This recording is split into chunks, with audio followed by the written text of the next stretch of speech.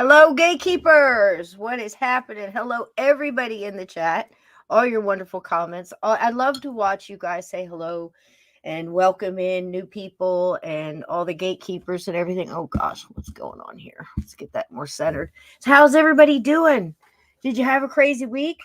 The whole damn world's on fire, and that's not a joke.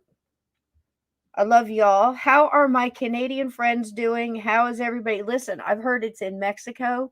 It was here in New Jersey all week. I mean, minor compared to what's going on out there in Canada. My just everything. Send so much love, so much good energy that way. I am going nuts all week. Just being an animal empath, thinking about the wildlife and the people and the fear and the loosh that's going out there. So we needed some good Zen stuff tonight. And so there you go. I'll play it again on the way out so we can leave on a good high note. It's kind of a mystical subject tonight. And the whole reason I think we're doing reincarnation is one I found an in search of I don't think we've seen before, which was a great dig and a great find as like find a treasure.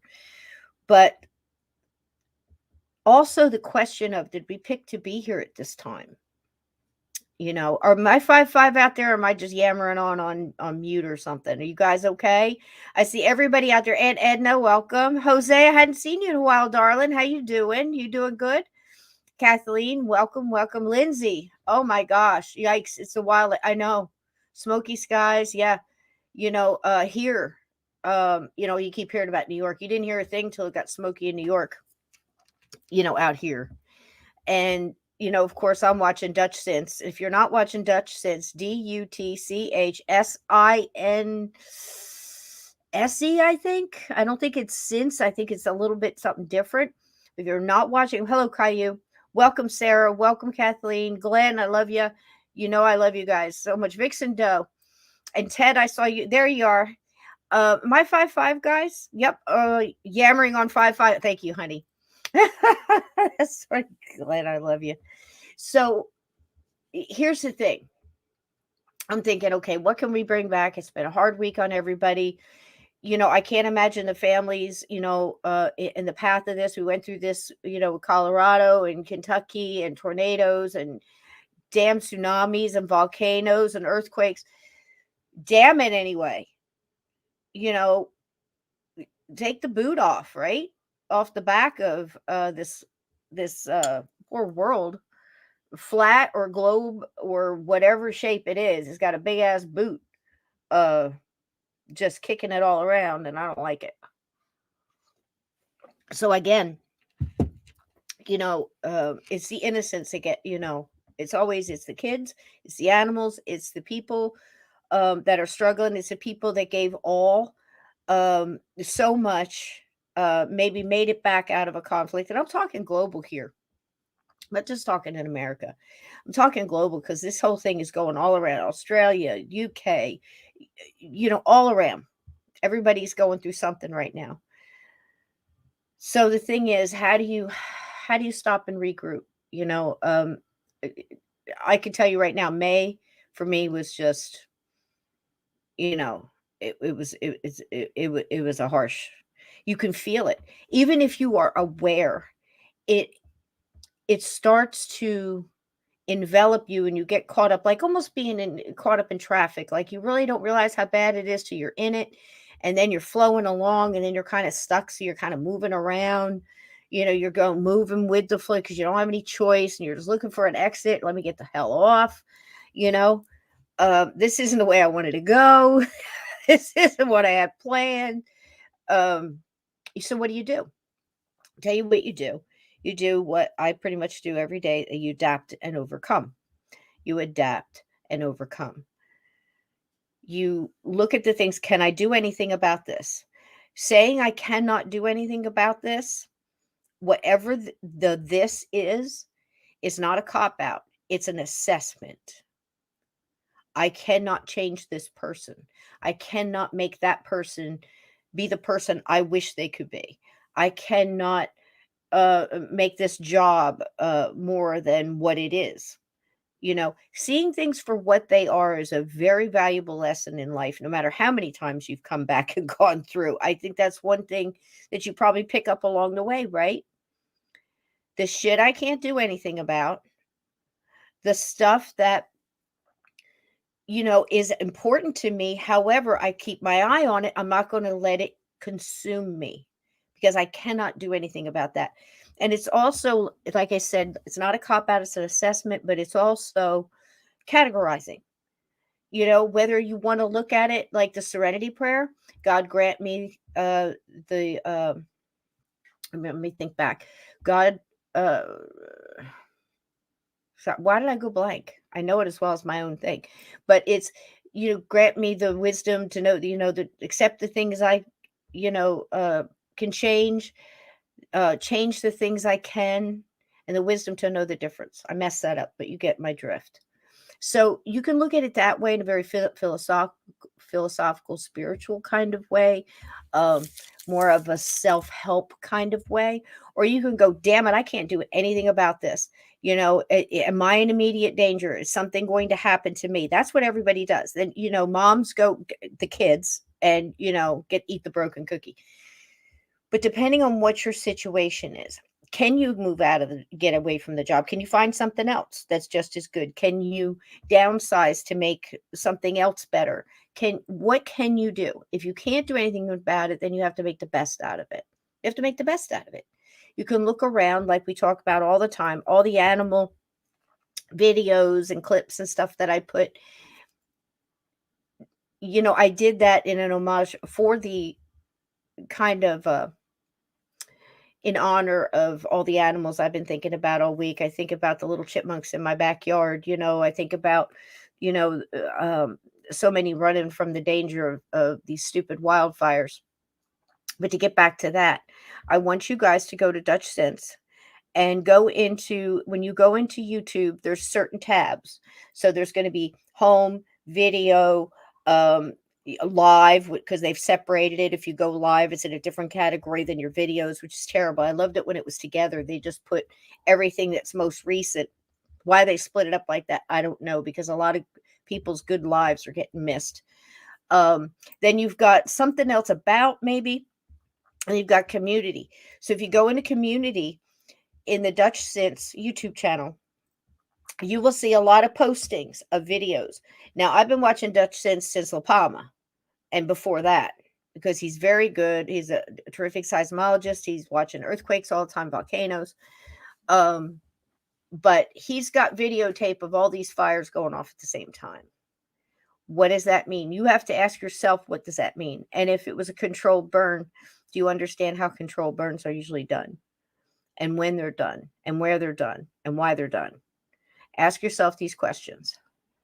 Ask yourself these questions. And for God's sakes, if you're in any harm's way, I think it was 850 acres. I think the last I heard, one was over more by where Fort Dix is, over in the Browns Mills area, and the other one was over in Jackson. It's not that dry here, folks. Grass isn't brown and brittle. Something's up. Something's up. Do you understand what I'm saying? So keep your eyes on that. Keep your eye on anybody that might be in the way of these things, and my prayers and love go out to them, and especially these animals. My God, was it last year in Australia? Was the fire so bad out there too? What in the world? I don't know if you guys are familiar with, I think it was I-95. So right going into Florida, a whole road collapsed, just a big old sinkhole. So we got sinkholes, volcanoes. Um, do we have dragons yet? Has anybody heard dragons? Is it possible there's dragons? Um, yeah, I know, honey. And Edna, my heart. Yep, yep. Laura, it's possible. It's possible. So I just want you to look at that, because you guys are great at discerning and separating the BS from from the chaff. I'm pretty sure that's in the Bible. And look at that, because we need to be aware. And then you need to assess it and go, is there anything I can do about that? Possibly in the future, Maybe not right now. Maybe something more pressing is in, like if you have to relocate or if you have to get out of harm's way or if you have to go help, families or something along that, line.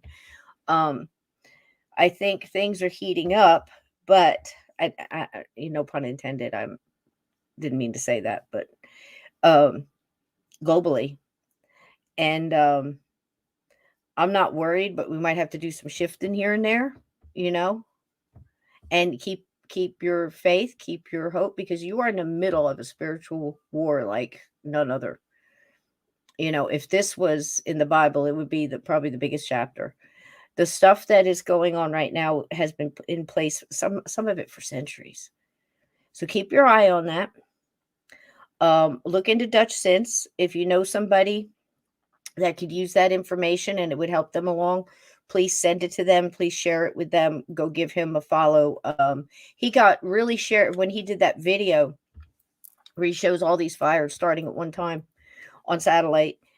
It got shared all over, went viral, but he didn't get a lot of credit till later on in the week because it just got shared. Nobody knew the original. So I'd like to go ahead and give that nod to him. And there's a lot of people that are finding what they can do, in this. Some people are boxing up little care packages, little first aid kits from the dollar store, jar of peanut butter, maybe a box of crackers, some, I don't know what, there's all kind of things, maybe some beans, some rice. That's a dollar store trip. And now you can. Well, it's not $1 anymore. It's $1.25. So nothing, nothing is what it's supposed to be anymore, right? So you could do that and maybe not disperse them yet. Maybe put the expiration date on the box, put it all together in case somebody who needs a couple quick meals, some first aid, some toothpaste, some toothbrushes, something like that. And if not, you maybe can use it, or you can use it later on down the line if you need to barter or something along that. It's a real nice thing to do. Plus, here's the thing. Most important thing is you could take, like I said, $10. Who has an extra $10 these days? But you could do that. You could go to the dollar store and you could just imagine that you're creating this little care package for someone you haven't met yet, right?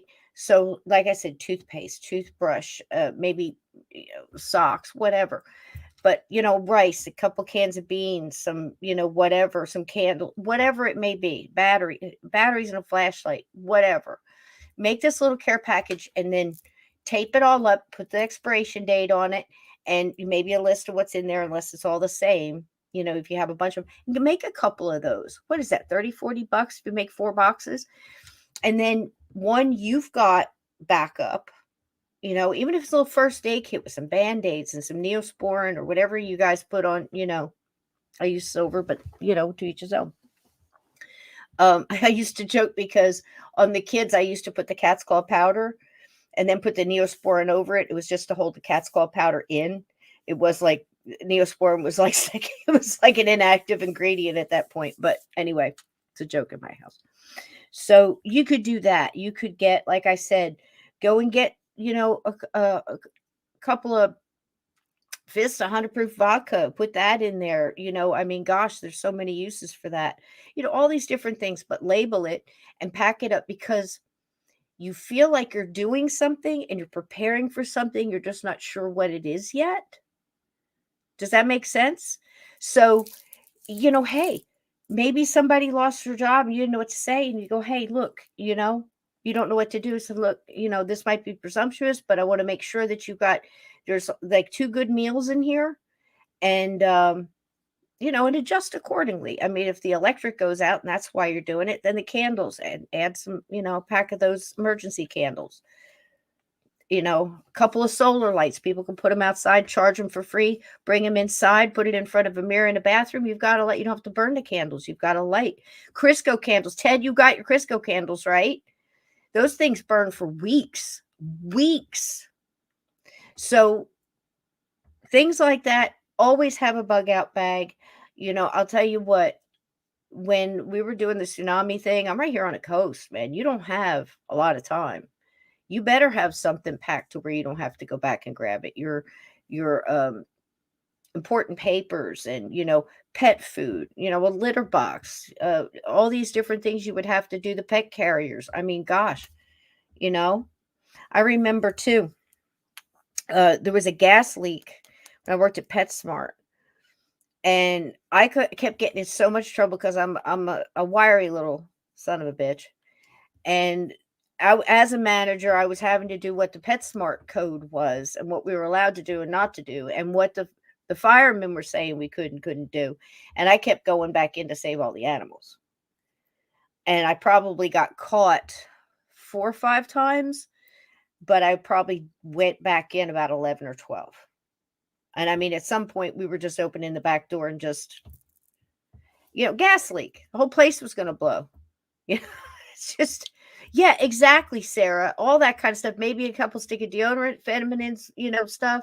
And maybe mark the box for man, a woman, because I'm just saying, we know the difference. What was that chocolate bar thing? Who was that chocolate bar thing when Hershey's did their thing? And again, if this is something that's up your alley, just understand, I have an alley too, and my alley can get pretty dark. So, you walk your alley, but if your alley you're coming into my alley, you're going to have to walk with me. And what was it? They came out with a chocolate bar and they said, this one is a she, and this one's a he, and one of them has nuts. And if I have to tell you which one that is, you got a bigger problem than I thought. So, mark the box, maybe for kids, get one for kids, maybe throw a coloring book and a little pack of crayons or something in there, for kids, maybe a couple sweeties, a couple, with something, a couple now or laters or something to make a kid smile, a little teddy bear, and make a couple of those things and stick them up. Because here's the thing. If you're an empath, if you're in a spiritual person at all, and you are affected by these things going around, you feel very helpless. The number one thing to do when you feel helpless and out of control, you have to do something that you are in control of. That's why a lot of times when women get mad, they start cleaning the house because they can control the dust. They can do the dishes. They can, finally clean that molding that's been, got all the scuff marks on it or something that's been driving you crazy. This is why they cut their hair. This is why they color their hair. This is why they do different things, because if you can't control the world around you, by God, I can do that. And it's almost a change from one time in that person's journey to the next. It's like a transition kind of thing, almost. Even if it's a small one, see? For where people give them the chocolate bar with no nuts. Yeah, exactly, Jose. But see, that's it. Lollies for a treat. Exactly. What else would you put in the box? Like, like I said, if you're going to give them a flashlight, get them a couple of batteries, even if they're cheap batteries. If that's what you can do, that's what you can do. It's not going to be, a Duracell or whatever. Yep. Blast your music. Yep. For public safety. Absolutely. This is it. Everything I put in that video, get back into nature. Again, as crazy as the world is, I'm looking out my window. The cardinals are doing cardinal stuff. They got a bunny out front, new life, little bunny that sits under the tree. And apparently Spirit is trying to make friends with him because he's sleeping in the cat tree above looking down the window. Little bunny's underneath, and I'm playing music, and they're both just chilling. Just not a care in the world. And I wish that was like that all around the world. Every child, every animal, from chipmunks on up. Every person. But all we can do is meet here every week and try to get together, get the whole week off, and get enough good energy to get through the next coming up. Because I think the timelines are going faster. Does it feel like the time is moving faster? Or is it just me? I know there's a delay, so I'll wait for you guys in chat to answer. I got you, Ted. Like I said, to each his own. But don't tell me something that, you're going to start bringing science. You better bring the right science. You can't change science. And I've been fighting people for years telling me ghosts don't exist and ghosts are all demons, and it's just a broad brush of everything. That all this stuff is so silly and nonsense. And last week we had a conversation where Steve was having a run in with some people that told him what he said was nonsense about not speaking of certain things because telepathically they link into that energy. And you got these people that are coming off flippant, like, I've hung around reservations all my life, or this or that, whatever. Believe me, that's no new argument. I'm not used to. You know what I mean? I've heard this one before. And they say, well, and everybody I've ever talked to said that's absolute nonsense. Well, who are you talking to? Number one, who are you? Are you privy to information? Are you a person that maybe somebody who knew an elder knew, but knew that your character couldn't handle the truth? That these are certain things.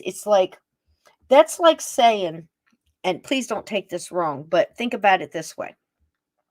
That's like saying that in the 70s in the Bronx, New York, I'm painting this so you can kind of picture it. If you're not from here, you kind of still get the idea. And where all of the early 70s, there was a lot of organized crime, let's say, going on. Okay. There was a lot of money changing hands. There was a lot of hanging on the corner. There was a lot of hanging on the sidewalk and talking, and the cars going back and forth and all that stuff. We talked a lot about that during Amityville because that was in Long Island, the stuff that was going on. But that's like saying, you've talked to a couple people who may have been involved in that and hung around it a lot, so should know. And then you're telling me that the secrets that go on in the back room with the maid guys. And maybe even the maid guys don't know because the people back in Sicily or the people back in wherever are the ones that really know. That's like saying that the guy on the job, hey, I've been on the job, in this group or whatever it may be, or even military. I can guarantee you, PFC, the corporal, the sergeant has no idea what the general's doing in the tent, and the general only knows what the general's been told. Do you understand what I'm saying here?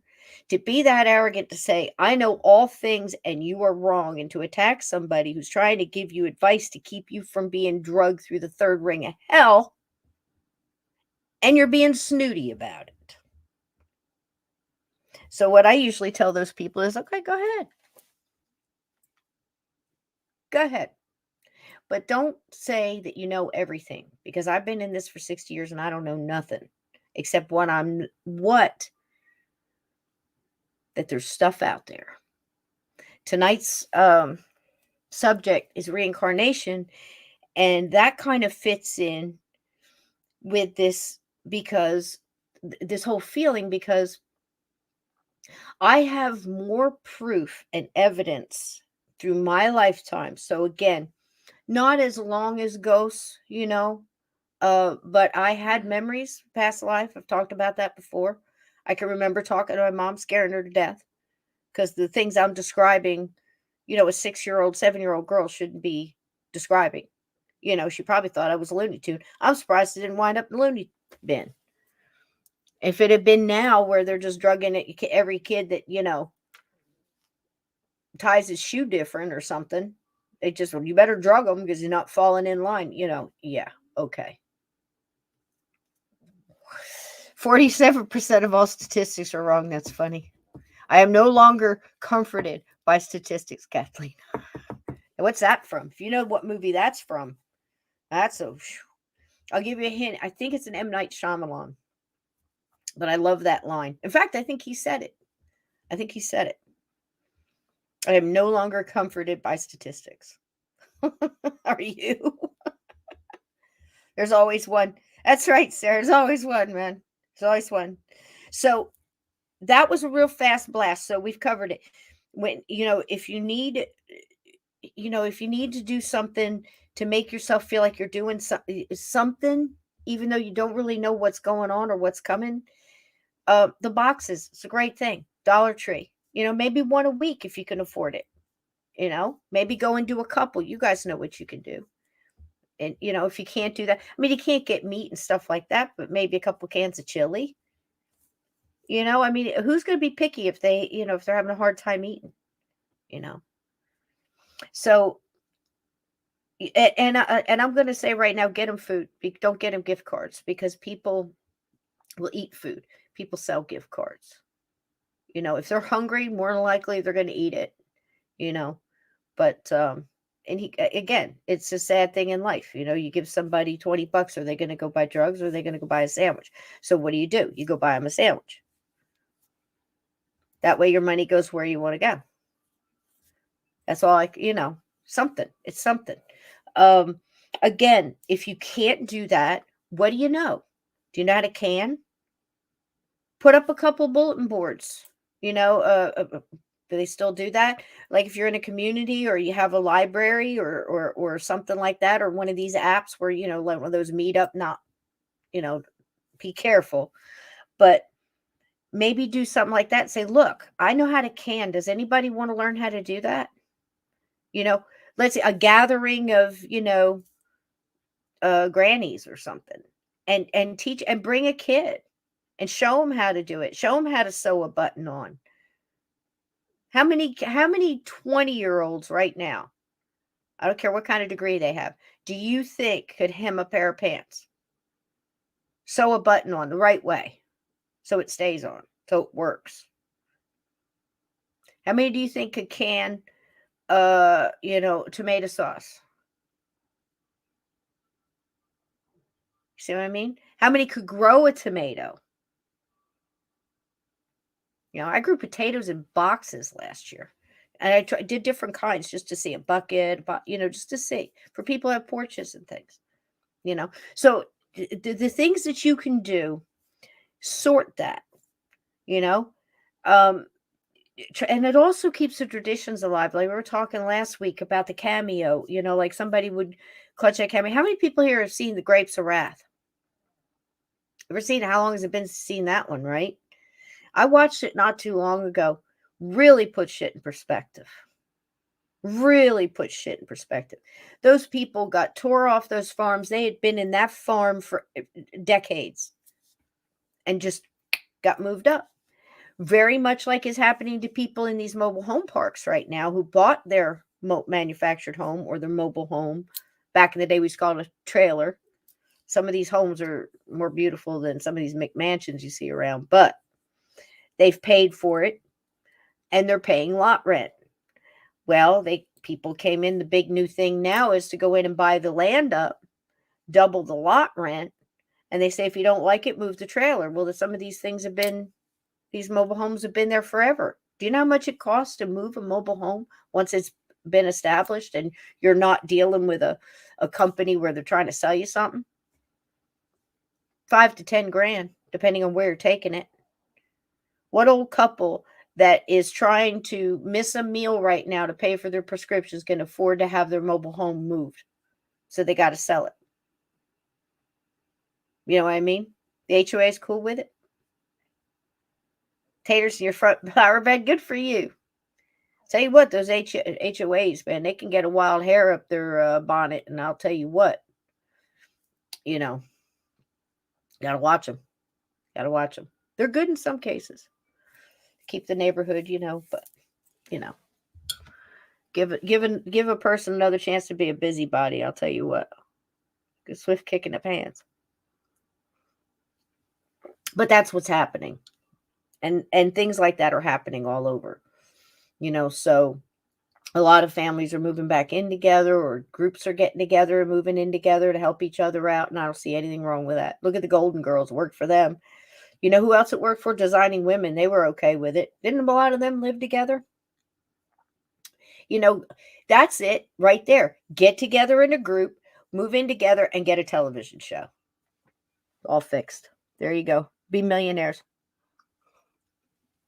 Or one of these reality shows, right?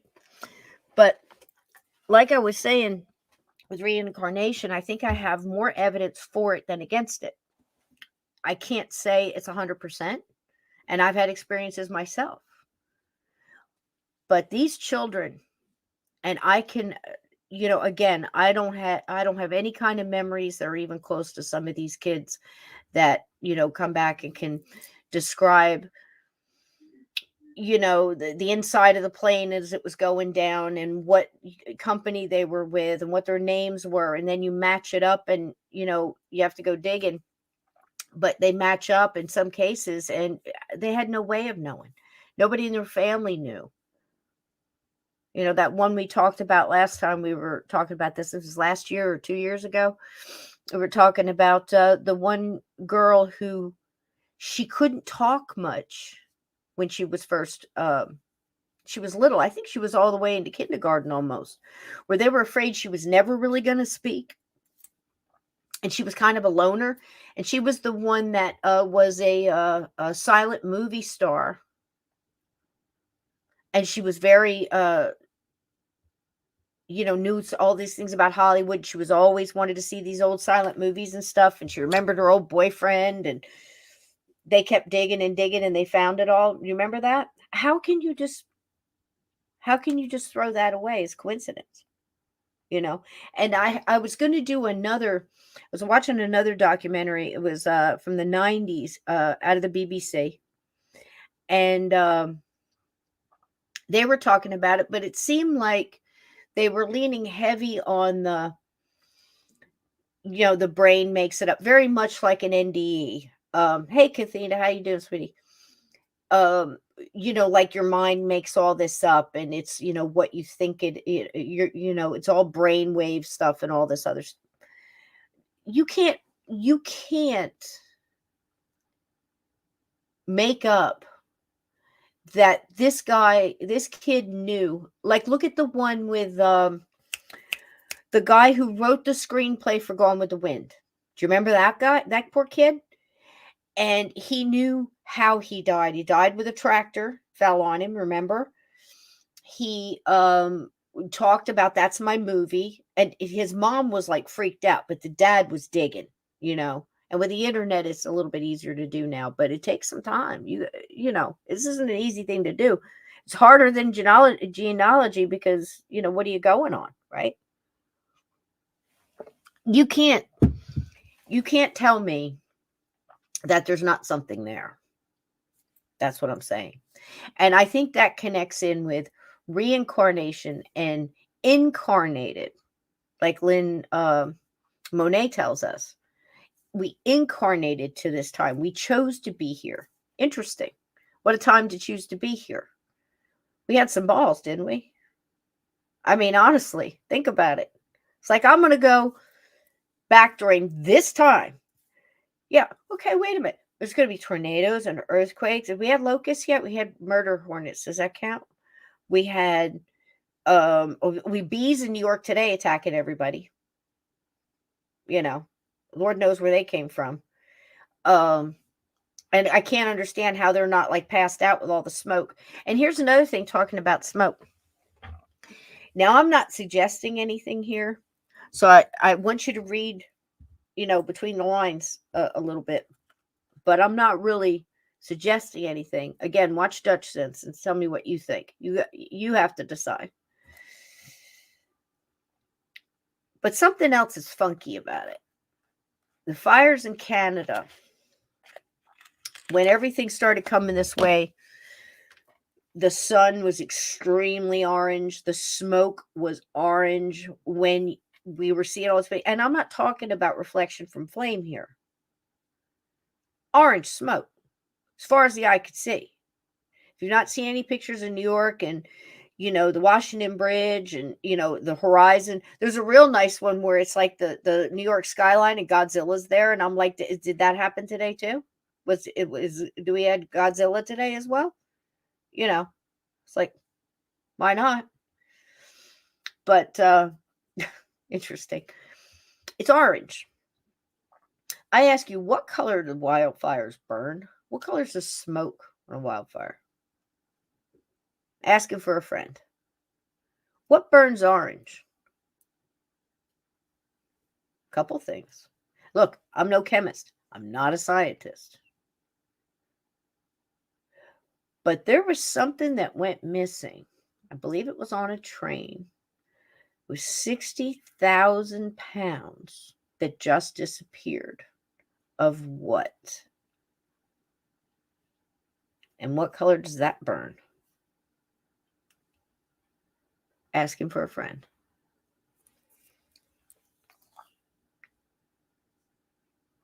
Agent Orange.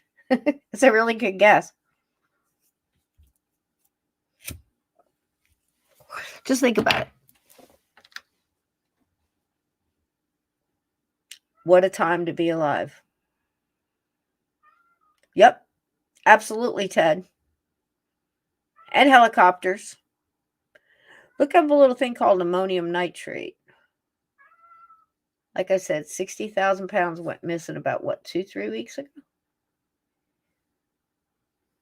Yep, there you go, Jack. Right there with me. So check that out. Check some other things out. Pass them along to friends. Tell them to check out, listen. Keep your situational awareness. Again, it doesn't hurt to have a bag with, again, with some food and some other stuff, especially for your animals. I mean, don't care that you got animal crates lined up in your hallway or your garage or something else with a bottle of water in each one, collapsible bowls, whatever you need to bring. I have a big old litter box. It's been in there for forever. It's actually what it is. It's a dollar store turkey pan. One of those big, thick aluminum ones. There's 2 of those together. I got a bag of litter. I've got food in Ziploc bags, a couple of cans, bowls, a couple bottles of water. All that's rolled up in a big garbage bag, and it sits right underneath where their carries are. So if I ever have to grab it, I'm not running back and forth going, oh my gosh, I don't have any food. I can get through a couple of days with whatever that is, whatever's in there for them. I had, we got hit with a tornado in Alabama. Had to be 89. And it was, I think, 2 days before they allowed me to sneak back into my apartment to get my animals out of there. And the only reason they didn't go with me is when I left, I was going to work. The tornado was behind me and I didn't even know it was coming. So we just got out of nowhere. But I forever, ever, since then, I have always left in 3 places in the house: food, water, and they left the bag out, like in the laundry room or whatever, that they know that if they had to, they could dig through that, tear through that bag in a heartbeat. Just saying, is what happens. What happens if you can't get back right away? You got the roads blocked. So think about that. So I'm going to see what you guys are saying here. My late brother worked at Area 51 and said you would be shocked if you knew what the chemicals were burned up. Oh, yeah. Oh, honey, I wouldn't be shocked. Trust me. You'd be shocked if you knew what I knew was underground. Now, I'm just saying. I mean, woo. Oh, my. Yeah, I think we're all fixing to find out. There's a lovely, I want you to put this word out. Now, this isn't going to be for everybody because it's the saddest thing ever, but it's the truth and it needs to come out. And I've been saying it for 25, 30 years now. But there's a movie coming out July 4th here in America, and it's called The Sound of Freedom with Jim Caviezel. And I think you should take anybody and anyone to go see that. For the love of a child. You hear me? Go see it. That's all I'm going to say. And the stuff that they're talking about there, I've known about for about 30 years. And it was one of the reasons I started this podcast. And talking to people like Bill Bean and so many other people and survivors of SRA and all that. This is why we're here. If we can't protect the animals and our little ones, what the hell are we doing? How are we a progressive society in any place you're talking to me or hearing me talk? If we can't do this for the most innocent and the most precious of us all, right? So as adults, I think we chose to be here to keep the lights on And the darkness, man, it gets pretty damn dark. It's pretty dark. Now, again, also, I saw a great movie last week, Nefarious. Absolutely fantastic.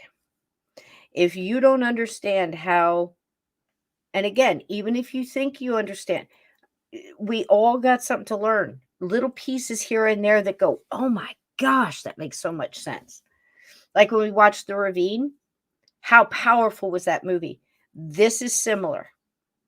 I know you don't think it would be. You think with, just two people in the room talking, that, this is unbelievable, this movie. When you get to the end, everything's going to snap together and you're going to go, what? It's very much like Fallen. But within there, it tells you a little bit. Thank you so much, Uncommon Belief. Sound of Freedom. Absolutely. Spread the word. Spread the word. They're giving away free tickets. They just want the word out. They want the word out. Stop putting your kids on the internet. Even if you're proud of them, even if they're cute and you just want to show them off. Please. Please stop. So, yeah, reincarnation. I think it's extremely interesting in the different cultures. Now, again, I'm no theologist, okay?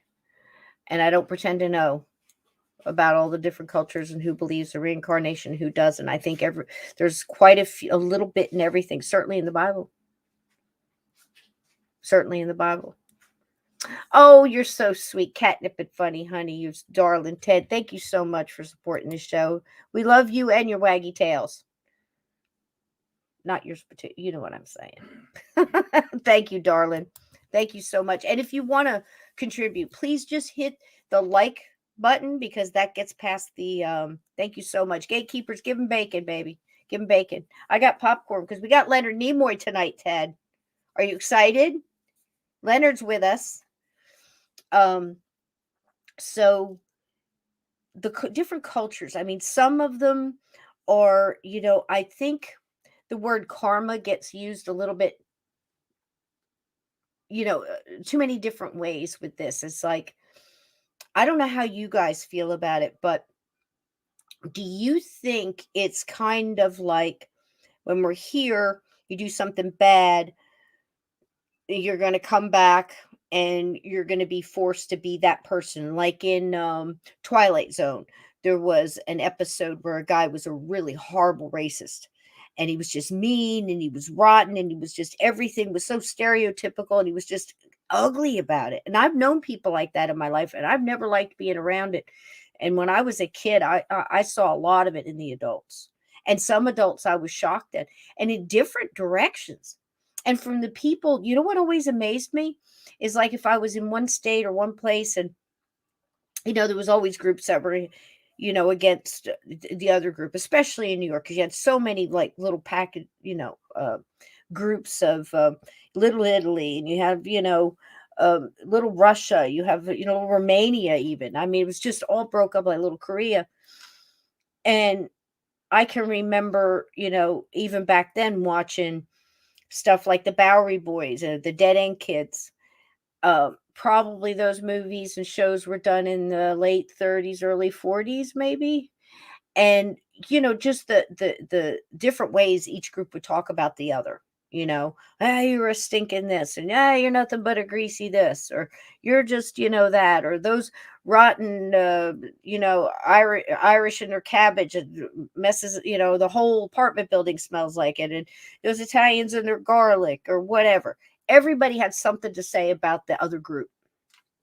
But at the same time, as bad as all that was, I often was amazed at the people that one moment would be embarrassed and put down and shamed for whatever reason, because that group was being,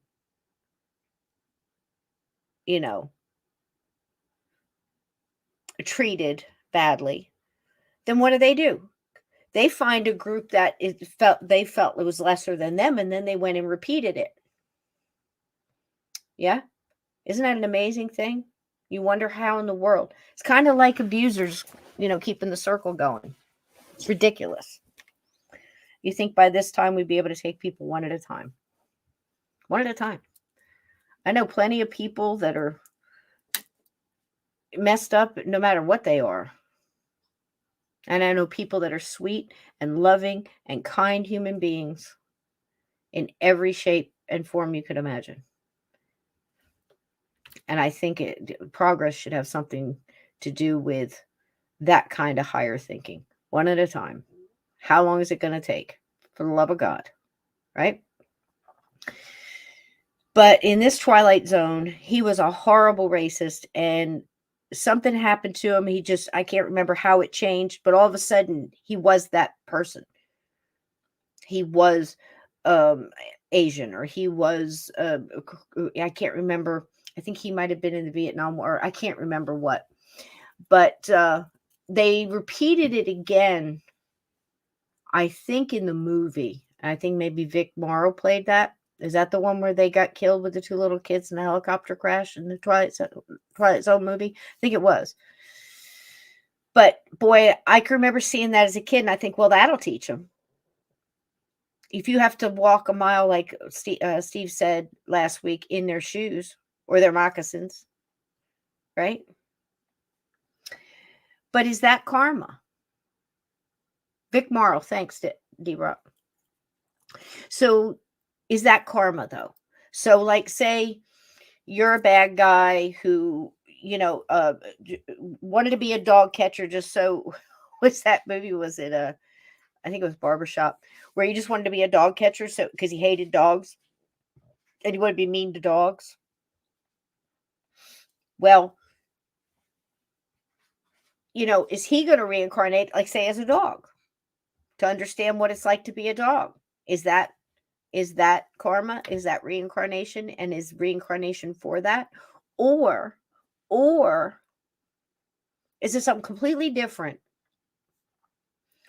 And just say once our spirit crosses over and we get whatever breakdown we get there, we get a debriefing or whatever it may be, and we see everything, and oh my gosh, it's a lot to take in.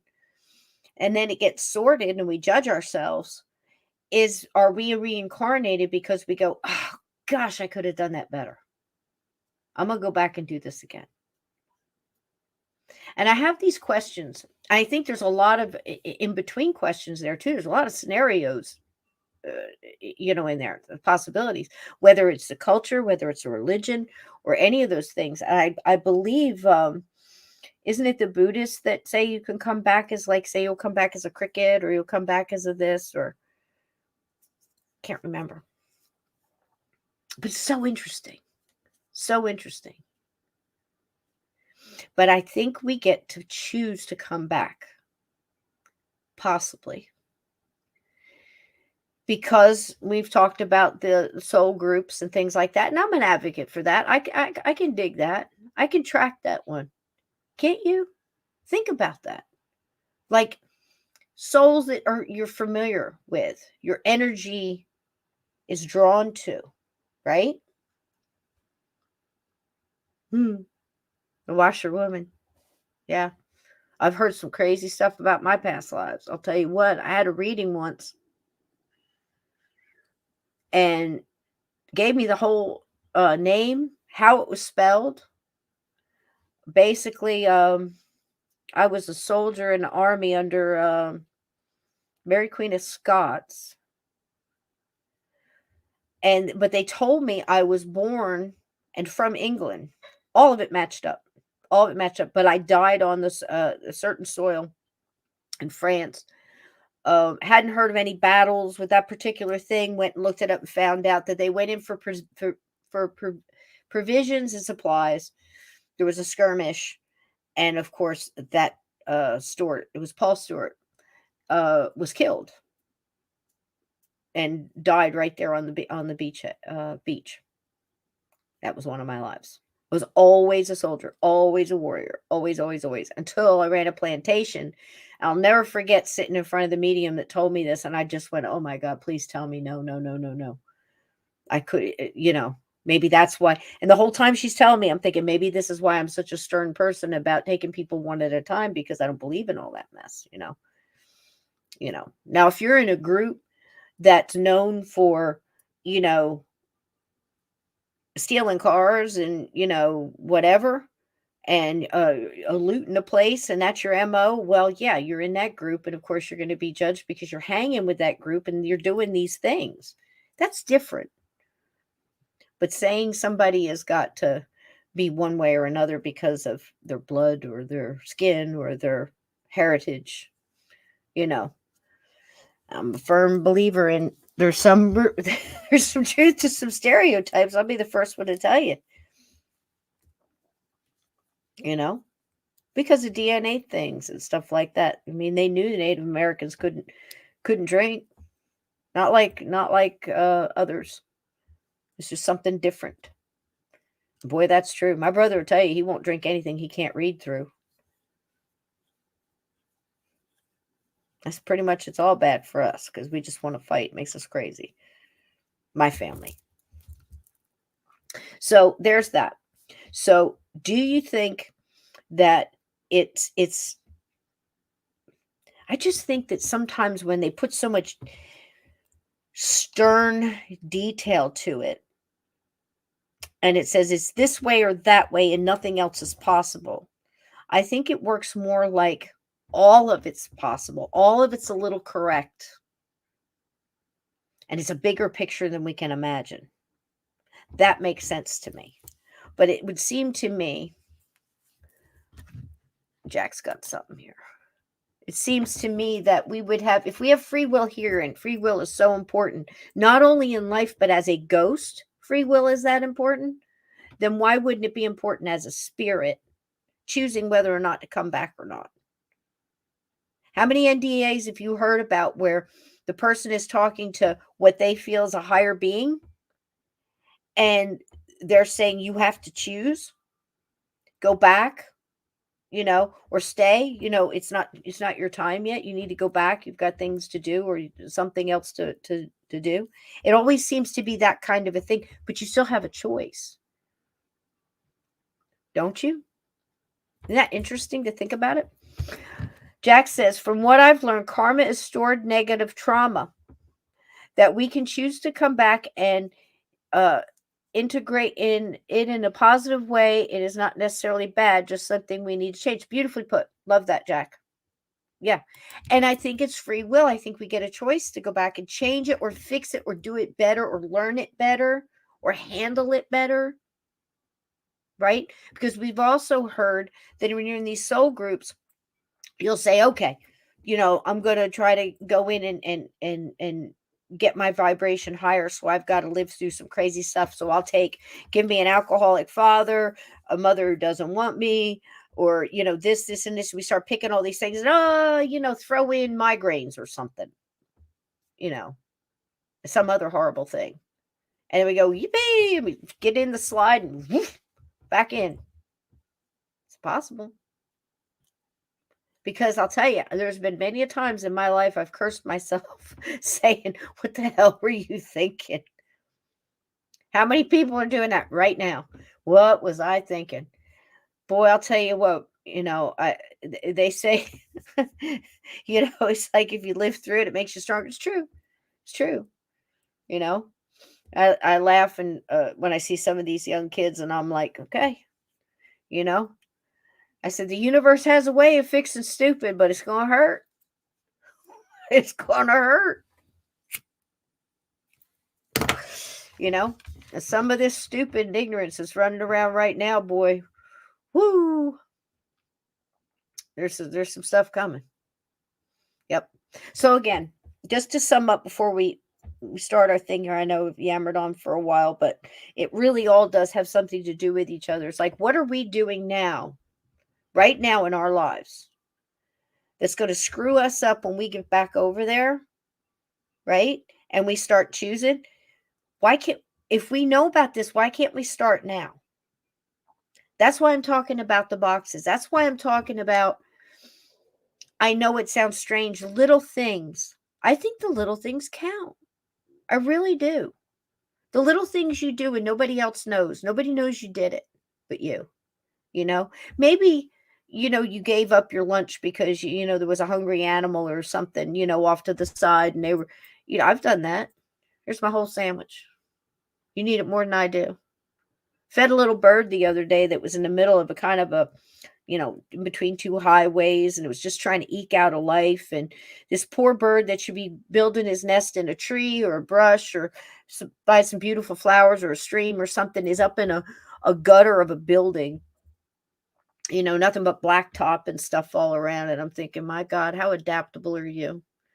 You know, how could I sit here and look at this little thing? And it's a mother bird because I can hear the babies, you know, and she's up there and she's on top of the fence and she's looking around. You know what she's doing? She's singing. She's singing, flapping her wings, preening her feathers, going on about her thing, looking up at the sun, talking to the other birds that come in. I'm like, all right, Mama, I got a thing full of apple cinnamon graham crackers with your name on it and half a bag of popcorn. And you know what she did? I was waiting on somebody, so I was sitting there for a while. You know what she did?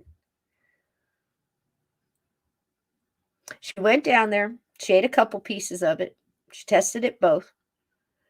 She went up to the nest. She brought a little bit in there in that nest. She came back down. And she got back on the fence and she started singing. You know what she was doing? She's telling the other birds there was food there. That house sparrow had a better moral compass than most of the human beings alive on this earth today. Most. Because look at what they're doing. Look at what they're doing. Do you think if somebody came along and found a truckload of food in a desolate part in a bad time, that they would climb to the top of that truck and start singing and telling everybody that the food was there? Come and get it? Some? I hope more than I'm thinking.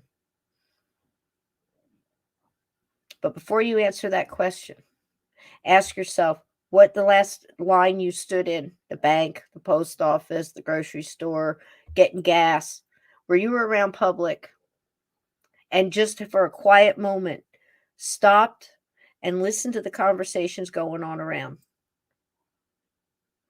Are you seeing people opening doors for other people? I see it all the time at Wawa, but at Wawa in New Jersey, they will open the doors for you and hold a door open for you when you're going in the building, but they will run your ass down in the parking lot. That's New Jersey. But what are you seeing around you?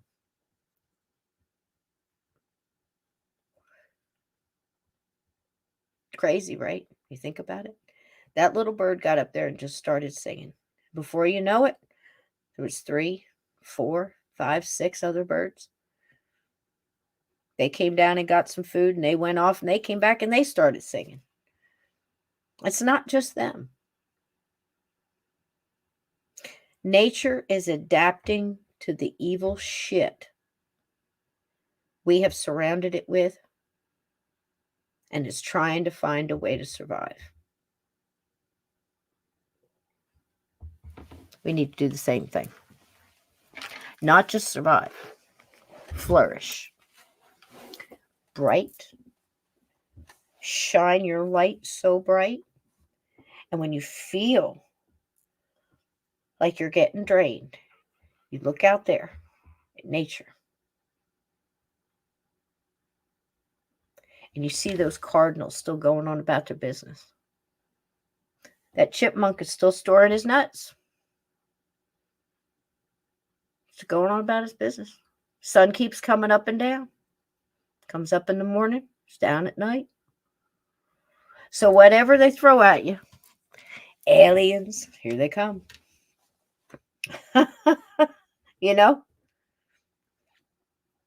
Get you a piece of nature. Whatever you can find, whatever you can get you a little bit of. If you got to drive a little bit to go find a group of trees to just throw down a blanket and eat your sandwich for lunch, or get out of that damn cubicle and go sit on a park bench, share your peanut butter and jelly with a squirrel or something, because you're recharging them and you're recharging you. And also, nature's struggling. All these wildfires, and people are struggling. And right now people are trying to be safe and get out of it alive, and without losing your stuff. I mean, it's a horrible, horrible situation to be in. And I'm telling you, I sat there and I watched the fire trucks go by. I was very close to it. I understand. But tomorrow it's going to be something else. Tsunami or a storm or a tornado or something else. So do you give up? Or do you go to the dollar store and put together those care boxes? Go to a neighbor, maybe cut some flowers out of your garden, put them in a jar, and go take them. Say, I just wanted to give you some sunshine today. You don't have to stand there and talk to them for a long time if you don't want to at the fence. But we don't do enough of that anymore. We don't lean on the fence and talk to people and tell the gossip of the town and all that mess.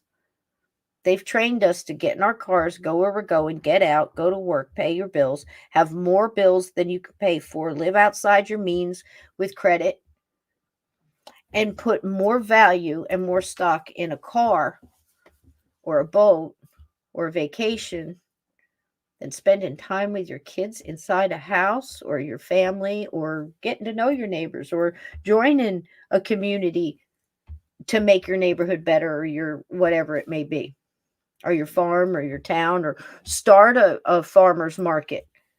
Go around and I don't think you put them in mailboxes in certain places, but find a way to get the word out. Put it out there and say, hey, look, we're doing a gathering on our block. What talent do you have? Are you a woodworker?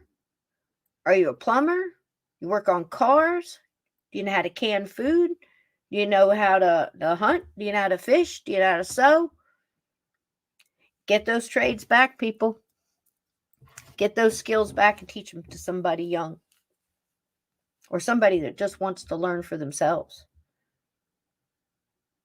That's valuable. Valuable.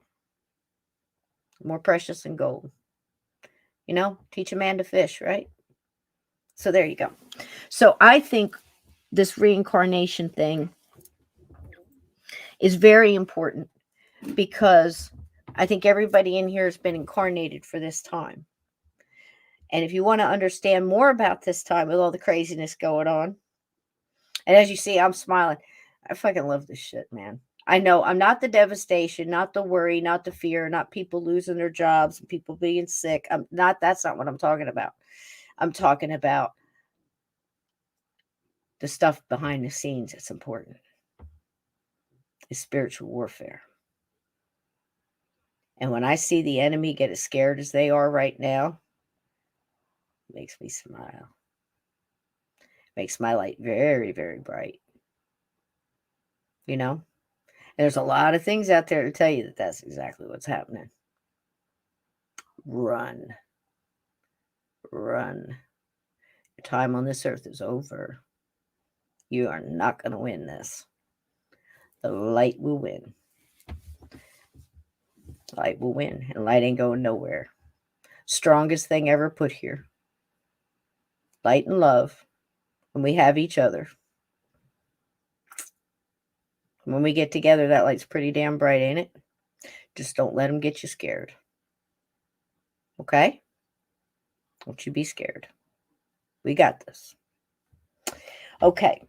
So, I think shows like this give us a lot of hope. Now, if you're new and you don't, you weren't around when we started digging into the In Search Ofs, I thought it was very interesting to reach back to the 70s to see what shows like In Search Of and Sightings and Unsolved Mysteries came on later, and different ones. I mean, there was definitely Twilight Zone that was in a class of its own, because it really did delve into things we're talking about right now, like reincarnation and comeuppance, and what happens if everybody starts listening to the man in the cave, and the man in the cave said this, so we have to do these things.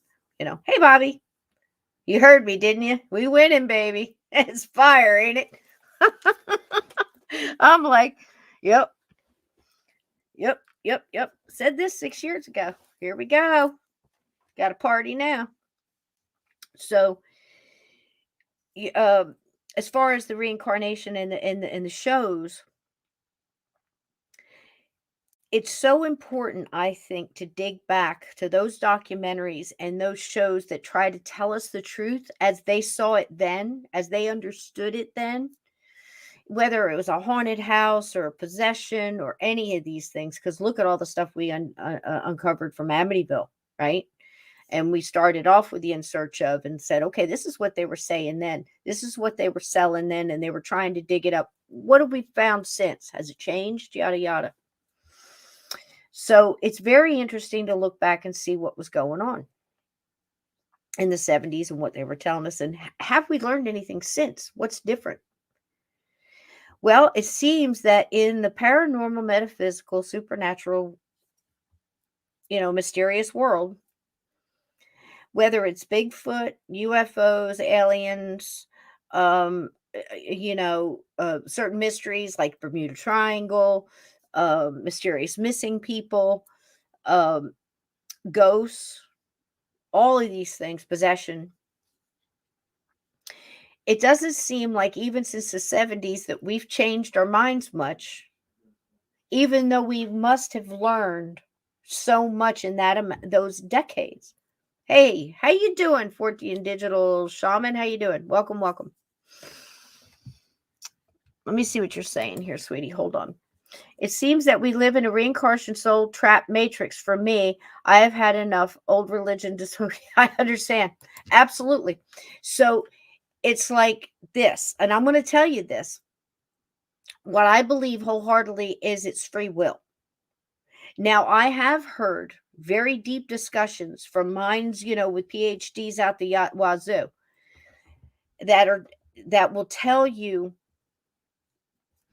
if you've heard this, where if don't go into light, get away from the light, because if you go back into light, you're just going to get recycled. From what I've heard on the other side and what I've been, the small snippets of things I've got in the great scheme of things. I'm not saying I have, any more information anybody else does. If I have it, everybody in this chat has it. Believe me. That it's not that simple. It's not that. Do you see what I'm saying? It's such a complex web of connections. I don't think it's that simple to where you could just go down one way. Now you're stuck. It doesn't seem right to me that you would have all this control of your free will in life. And then as a ghost, earthbound, you have choices. Okay. Free will, very powerful stuff there. You have free will in purgatory, whatever you want to call that. You're the unseelie fae, the in-between, the holding place, whatever you're familiar with there. Because I've had to send people in to talk to people that were stuck in there to get them to change their mind, to have their free will choice to leave there. And then get over on the other side and whoops, you went in the wrong way. Now you're coming right back. You see what I mean? I think you have a choice. In fact, I would bet on it. Because it doesn't make sense you'd have a choice in everything else and not have a choice in something like that.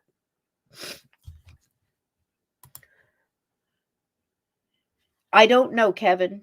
Does anybody have the answer to this one? Because I don't know. Are you talking about your chi? As far as your essence, your life essence affect ghosts and other spirits? Is that what you mean? Or is it something else? Do I have that wrong? Does anybody know?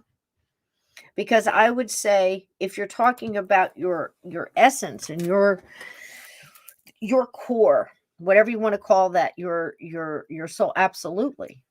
Your life force, your chi is your life force, your energy.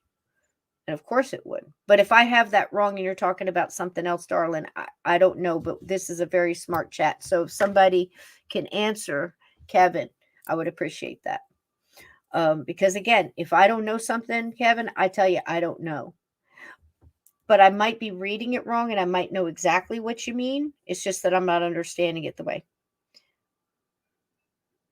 Oh, can you defend yourself against I would say yes. Absolutely, because all of your power comes from you.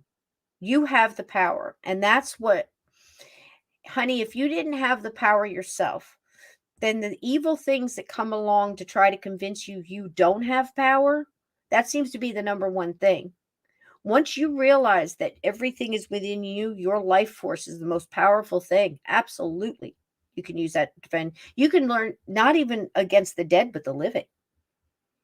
Have you ever tried this? Like say, Kevin, I don't know where you work or what your life or whatever, but the next time you go around a group of people where, like, say you go into work and there's this real negative Nancy there all the time, or one of these guys that all he does is bitch and complain about his life, and oh my God, and he's one of those people that just want to bitch about it and not do anything to change it, one of those. If you've got that kind of negativity or somebody you can try it on, visualize yourself wrapped in like a golden bubble. Now it can be whatever kind you want it to be. It can be a golden pulsing light bubble. It could be a bright, as long as it's a light and it's of you. And this is how you do it. You just envision that you're pulling all this energy from your center core and surrounding your whole body like a pod. Okay. And then you're stating, just like you would sage a house or a room or, a dwelling, no negative can penetrate. Only positive can come through this barrier. You could try it at a party or, like any kind of gathering like that. Right beforehand, do that and say only positive can remain. Deflect all negative energy. And it's a complete circle. So from behind you, all around, from your 12 to your 3 to your 6, your 9, the whole 9 yards, okay? And see how people react to that. Like they come up and they feel like a little off, like, they're not, they're going to come at you with like a negative comment or a complaint or some other kind of bitching, and they just don't feel comfortable and they find a way to get away from you quick. You could do it with the living. So if you can do it with the living, you can absolutely do it with a ghost. The only thing different between a ghost and a living is the ghost is dead and earthbound and stuck in whatever mindset it happens to be in at the moment. Doesn't mean it's the mindset of when they died. Some of them get stuck there. Some of them just kind of get almost in a loop till you get them on. You have to get them sorted, But yes, I would say in that case, yeah. Absolutely. Yep. And dark does attract. Yep. And that's why, negative people, it goes, why is it always me? Why me? And this is, well, you're drawing it to you because you're negative and you're drawing negative. And it's going to keep coming until you stop that. Why do you think motivational speeches are important? Motivational sayings and things like that. People always have problem with, and I'm not saying you guys are, but it just came to my mind again. So somebody must need to hear it on down the line somewhere. So we're going to go ahead and say it. People always seem to have a problem if you're talking about, miracles happen. I absolutely believe it. I've seen it. More than once. And something you would absolutely, a bona fide miracle. Should not have happened, cannot be explained. For the good. Okay? And they'll believe in angels that can come and help you or assist you in a bad time. And they'll believe that love can conquer all things because it's strong and it, and this and that. And you keep on going with all the positive. But like these young people we were talking to last week that said that, blaming you. Oh, he's coming, honey. Blaming you for they're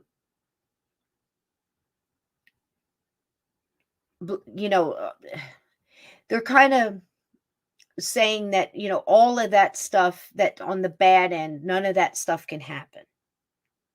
will believe that the good stuff can happen, but not the bad stuff. Like they'll believe that I can, as a motive, I think I can, like the little train that could, is a positive thing. And isn't it wonderful? But what if that little train was saying, I can't do it. I can't do it. Why me? Why always me? Oh my, right down the hill. You got to believe in one side, the other. Both exist. Both happen. Good and bad. Love and the opposite. The opposite of love isn't hate. The opposite of love is complete and total indifference. Nothing. Nothing home. Nothing there. Got nothing. Something to think about. All right. So 1978, February 11th, Mr. Nimoy came out and told us a little something about reincarnation. How many people here? Well, Kevin, I can actually probably answer that for you. Here's the difference, sweetheart. I'm going to say that it's not that there aren't dinosaur ghosts or there aren't elephant ghosts or, why is KFC don't have a bunch of chicken ghosts running around? Because when something passes and has no love connection here, it moves on, it goes on to whatever's next. See what I'm saying? If it has a love connection or it's stuck, if it's an animal, usually over time, that would have to be a very traumatic thing. And I do know of cases that's happened, such as dog fighting and things like that. So that really had to be sorted out because it was just so much anxiety and pain and horror. But usually ghosts appear even momentarily because they're connected for some reason. Either they've recognized an energy, that person's got a little something. It's very kind of sort of like that. And that energy connection, however momentarily it may be, that's usually when the person sees or has some kind of interaction. Okay. Of course, there's lots of different categories to this. But if it's an animal, a horse, a dog, a bear, or something like that that has no connection, it's animals and things like that, which I would put dinosaurs, whether they were really here or not, I couldn't tell you. I wasn't here then. And I was certainly no scientist, and I've heard both. So it's like flat earth, global earth. I look at it, I go, I can only deal with this square foot of real estate right now. It's like I don't need to understand everything. There's nothing I can do about it. It doesn't affect me right now. So I got to sort things because you got to categorize what's important and what you have time to spend on, right? But it makes sense to say if they don't have a love connection, they're probably not going to come back and forth. But say you had a rabbit or you had something else that you had that love connection with, you are always connected to that. Now, if you ask yourself, I can't quite answer any more than that on the dinosaur question, but I can tell you I do have friends that were investigating up by Superstition Mountain, if you're familiar where that is, and all the things that go with it, and Dutchman's Gold and all that kind of thing, getting EVPs in a cave. And they were asking questions and doing it right and asking questions and giving some time in between. They got a language that hadn't been spoken. Now, they had to go to 3 different universities. And it was just like one of those National Treasure movies, right? They had to go all around until they found somebody that could tell them what was said on this EVP. And it was answers to their questions in another language that had not been spoken. And if I don't have this right, I think something like 900 years. Way back, predated a lot of, indigenous people and stuff that were there. Probably back further than that. It's amazing. And I know more than one case like that. And if you ever hear about ghosts dissipating over time and their energy just going, again, it's individual. Ghosts are individual. I know that have been around 1,000 years that just looked like you and me. They haven't dissipated or got thinned or went nuts or went wackadoo crazy or anything like that. They know why they're there. They know what they're doing. They're intelligent, and they're not leaving until they're done. And that one was over 1,000 years. That was in the UK in a castle. Amazing. So again, there's no steadfast rule for any of this, where it doesn't seem like some things can move, like free will and choosing whether to be reincarnated or not reincarnated, or being forced to because you went this way instead of that way. Doesn't seem to be any of that. It seems to be very individual. As individual to you and your life force and your thoughts and your free will as it would be for that dinosaur or that cow or that chicken at the KFC. Because if I was a chicken, I wouldn't haunt the KFC, but I do know of ghost chickens. I absolutely know plenty of stories on ghost chickens. Strange, but they were pets, and they still came back. It's wild. It's an amazing world, isn't it? Well, again, I will say that the kids, because I have memories and are very faint, but some of them are I can still remember waking up screaming and getting out of bed and just standing there and looking at my hands and still seeing blood, but in the dream or the memory, I had I was an adult. I had like what I would say was man hands. I could see the blood on me. I could see the blood on the sword. I could see I was standing in bloody mud. I could see bodies around me. I could smell it. I could smell the humidity coming out of the mud. I mean, I could feel it. And you're standing there screaming. You're a 6-7-year-old girl, and you're trying to tell your mom that you were fighting for whatever, and you just killed a bunch of people with a sword. Like I said, I was lucky I probably didn't wind up in the white coats. And again, I remember her telling me, don't talk about this at school because they'll think you're crazy. And being scared about it. And that kind of reminded me a little bit about Sixth Sense, where that poor little kid that saw dead people, he said, well, they don't call your mom and complain if you draw pictures of rainbows and, smiling people. But if you draw pictures of the things you see, they're going to call somebody. I kind of went through that.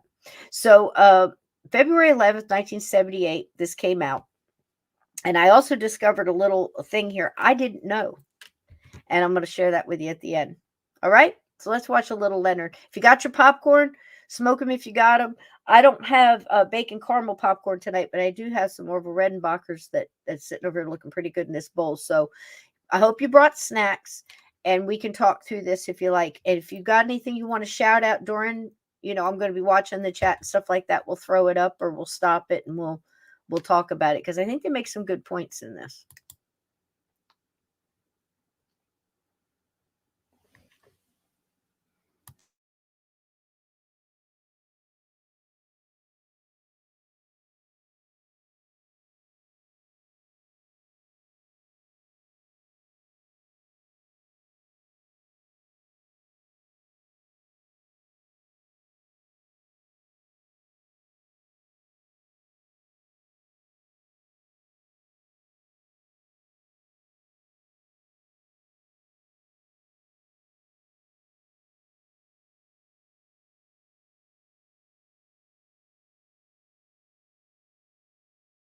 And hunted her down in the night. Hang on, guys. This thing's giving me a problem.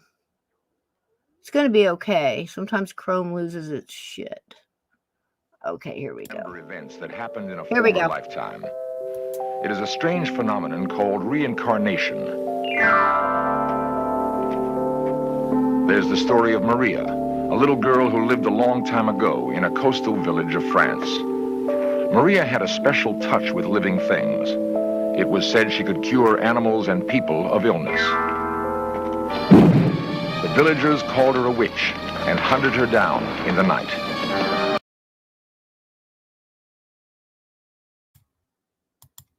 I wanted to post this real quick because this is actually some of the things I've heard, but I can tell you this in my heart of hearts, and most of the people that are here, you choose your thing. There's no, tricking to come back so they can get the loot. That's all very possible. But let me tell you something. If you're an enlightened being now, do you think that you're going to get fooled when you go over there? You're knowledgeable about these things and you've got your free will. So I would say that be aware and then understand that you get to choose. Your higher self is still there. So you connect into your spirit guides and your higher self and you ride that. And now I don't think you have a thing to worry about. Okay. And here's the thing.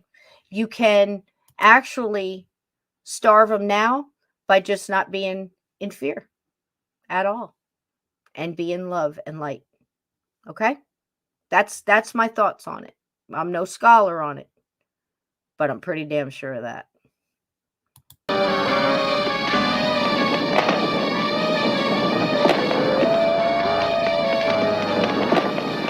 A girl living now remembers every detail of that horrible night as though it had happened to her. Perhaps it did. Ruth McGuire is convinced she has lived before. She remembers a specific place where this other life began. The smallest details are clear in her mind, though she has never been there. Ruth McGuire remembers more than where her past life began. She remembers how it ended.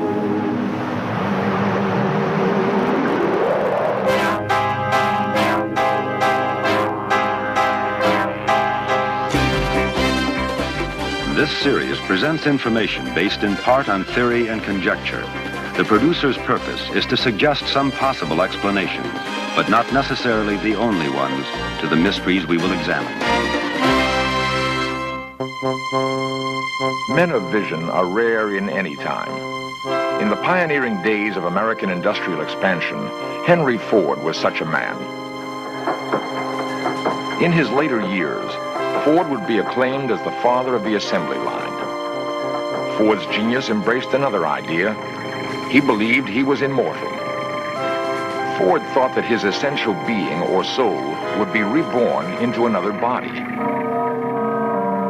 Reincarnation is a belief that has been expressed by every civilization known to man. The principles governing the cycles of birth, death, and rebirth are called karma.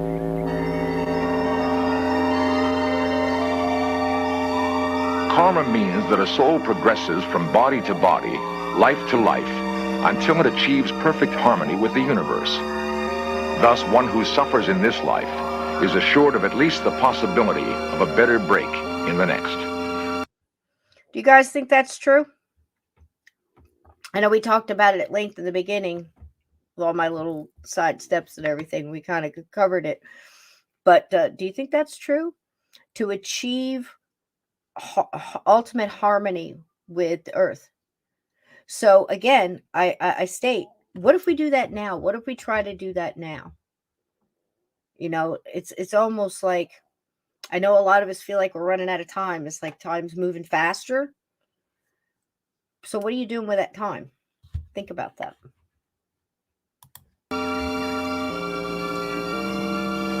All right, now lie down and make yourself as comfortable as you can. Dr. Helen Wambach is a clinical psychologist doing reincarnation research in San Francisco. Stretch the jaw. Using the technique of hypnotic regression, she will be the guide on a remarkable journey through time and space. And all discomfort leaves your body.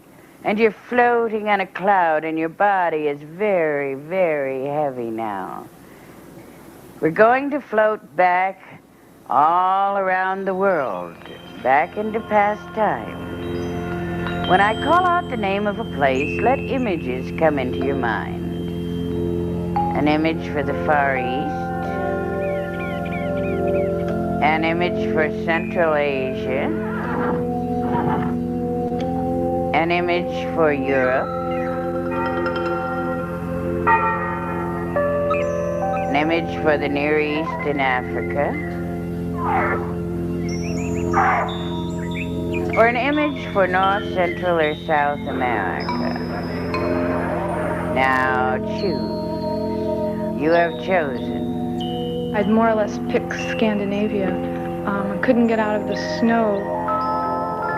The only real scenery was just rolling snow-covered hills, frozen ground. And it seemed like we traveled by foot most of the time from one fishing hole to another, it seemed. And my death was an accident in, one of the journeys, and it was like, it seemed to have something to do with a sled, and it sort of got thrown over, and I was just left laying in a snowbank. It seemed to be on the foot of the steps of a pyramid, a temple. The ceremony that I was going to attend was attended by all the members of the village, all the surrounding villages, and it seemed to be a healing. There was some type of a healing going on what seemed to have been maybe the chief of the village. And I remember I had very strong belief that this was going to be helpful and very great interest. Dr. Wambach has regressed more than 2,000 persons in her search for scientifically valid data on the reincarnation experience. Well, actually, I've been searching for 5 years now for evidence that we may have lived before. What I found is what many researchers have found, that there's a tantalizing mix of fantasy and checkable reality in past life recall. My belief was that if we have lived past lives, all of us have lived past lives. And therefore, I ought to be able to explore this phenomenon in the same normative way that a psychologist would go about exploring any other kinds of phenomenon. So I evolved a technique of taking people to past lives that I found to be both safe and reliable, and where I could get repeatable evidence. Elbows. That's awesome, Kevin. Down. Telling you. Simply put, Dr. Wambach's technique is to plant a post-hypnotic suggestion in the subject's minds, which enables them to fill out an elaborate questionnaire after the session is over. The questionnaires are important because Dr. Wambach finds that during regression, patients are reluctant to have their journey to a past life disturbed by conversation with the hypnotist.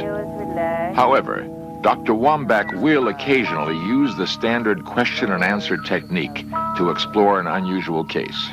All right, now, Bob, I want you to go to a time when you are listening to some of the people around you talk, and you will hear the syllables, and you will be able to repeat them. Nainu Rakakani kum ta Nainu Rakakani kum top. All right, that's fine, Bob. That's amazing. And I wanted to stop it there real quick. To so many cases of people getting regressed back and speaking fluent languages that they never heard. That's crazy, right? I mean, again, I listened to some of these scientists later on, because there's plenty that line up and say, okay, well, it's just the power of suggestion. Under hypnosis, we can't trust anything, da-da-da. Again, I'm no psychologist. I don't have a PhD. I do have a BS degree from FU. Don't forget that. But how in the world, in your subconscious, are you describing the inside of a plane that went down in World War II and you're a 6-year-old boy? How are you pulling up languages? You say? It's incredible. It's incredible.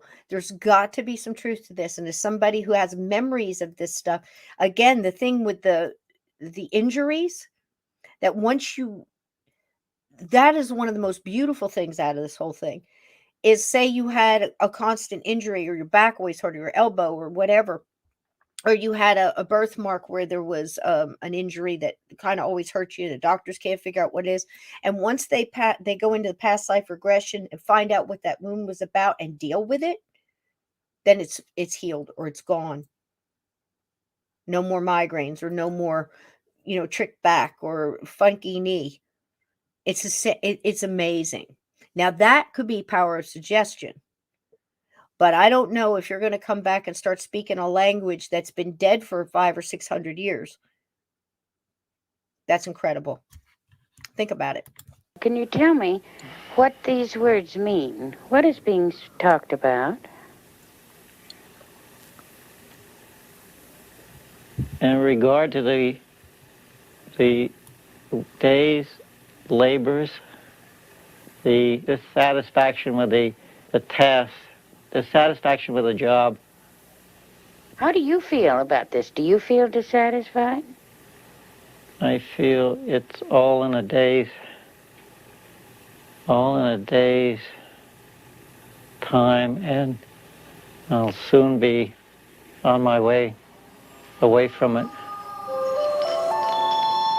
Now, Bob, I want you to move in that lifetime to a time when you are seeing something written.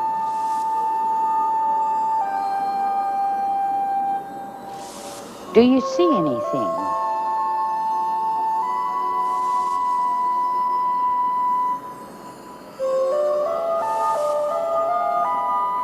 You will be able to open your eyes without coming out of the hypnotic trance.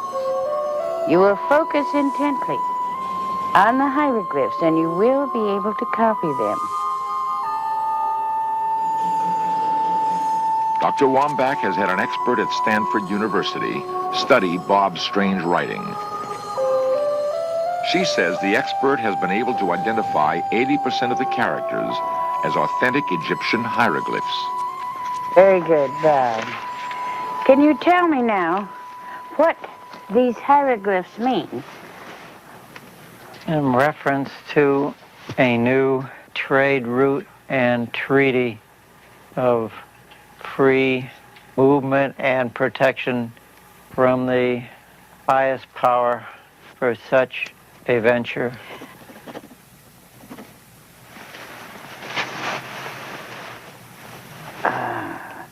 Hi, Bob.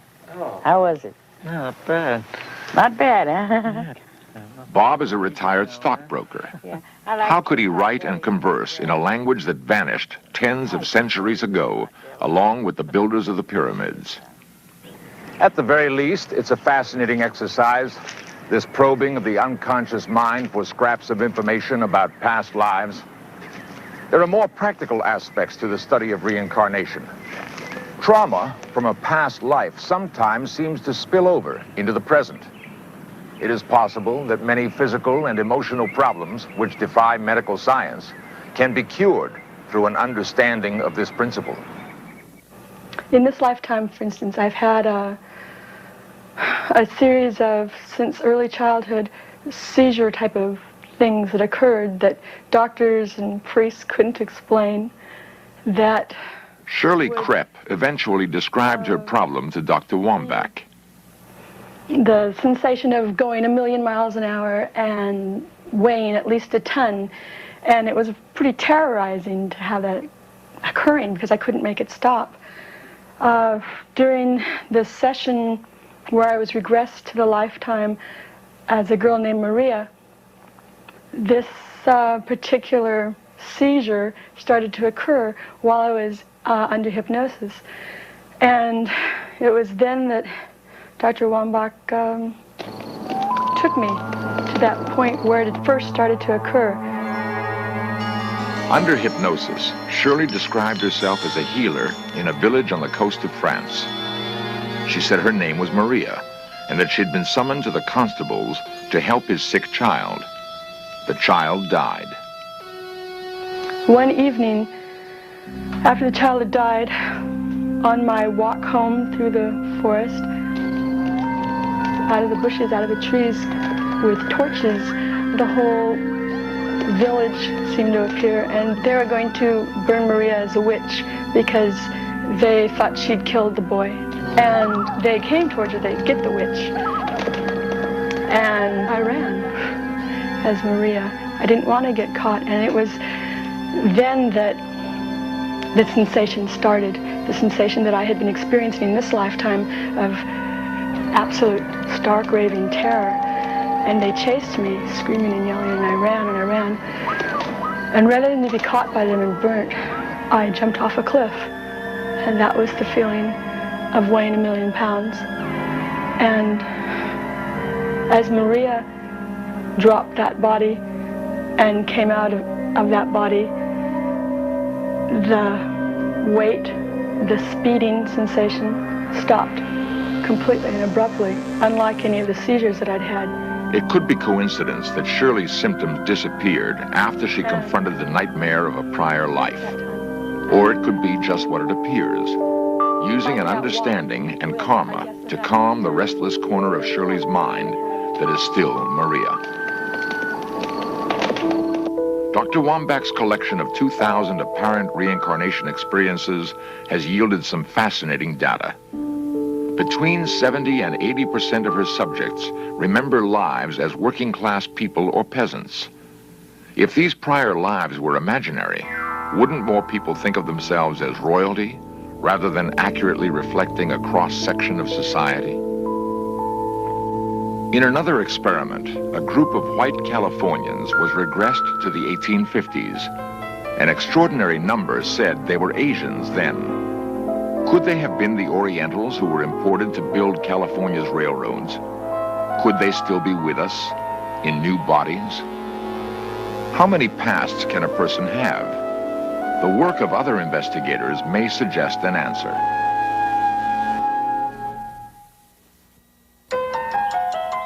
The Old Chestnut Inn in Kent, Connecticut has a history as rich as its setting. Ruth McGuire has quite a history of her own. It appears she may have a number of histories. I've had very strong feelings about the year 1857 and India. When I was just a child, I picked up a 10-cent piece. I felt terribly depressed. The date meant something to me. Ruth had heard of Professor Hans Holzer, parapsychologist and author. She invited him to probe her mind for a meaning to the date that bothered her. Using hypnotic regression, Professor Holzer had enjoyed success with similar cases before. Your name is Ruth McGuire. I want you to go back with... I can't believe we're lucky enough to get Hans Holzer in this one too. I was amazed by that. But listen to this. He was very big on the reincarnation and past life regression and everything else, and wrote some wonderful books on it. With me 10 years, 20 years, 30 years, 40 years.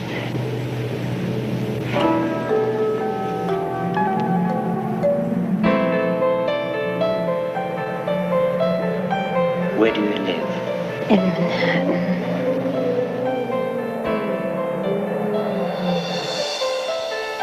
You are now 10 years old. You are now 9 years old. You are now 7 years old. You're 7 years old. You're 7 years old. You are Ruth McGuire. You're 7 years old. Where do you go to school? St. Nicholas of Tolentine. What is your favorite teacher's name? Sister Bonaventure. What does she teach you? Oh, poetry. She declaims poetry. You are 7 years old. You're 6 years old. You're 5 years old. You're 4 years old. You're 3 years old. You're 2 years old. You're 1 year. You have just been born. I want you to go back beyond the threshold of birth. You're -5, -10, -20. What do you see?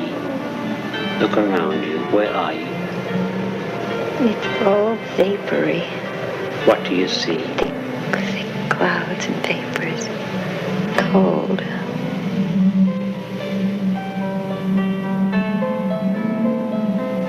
Oh, yes. I know where I am now. Where are you? I'm in England. Where are you? What place? Sussex. Where did your father come from? Horden. It's in the North Riding area. And your mother? Durham. That's near Newcastle.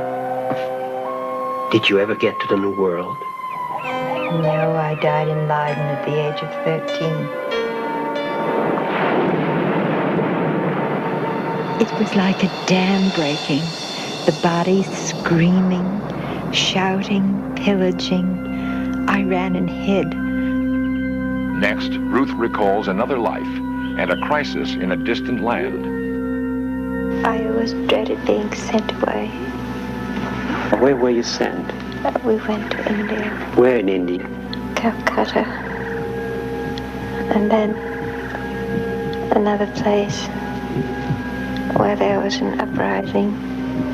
The natives were very angry. They didn't want us there. And they came in a body, screaming, shouting, pillaging.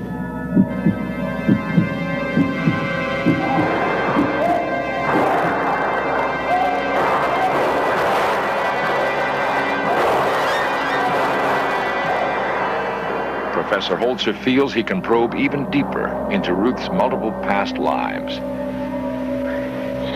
Now I want you to go back further, beyond your life in India, beyond your life in England. Go back, another incarnation, another life. And what town are we in? Now we are in Holland. The year is 1613. Smoke in the room. What sort of smoke? The fire. It's smoking the fire. Where are you to begin with? Where are you now? Oh, I'm in a room in a cottage, and the fireplace is smoking. It burns my throat. My aunt and my mother are both there, and we have to wait and wait and wait. And there's something about the New World and Passage.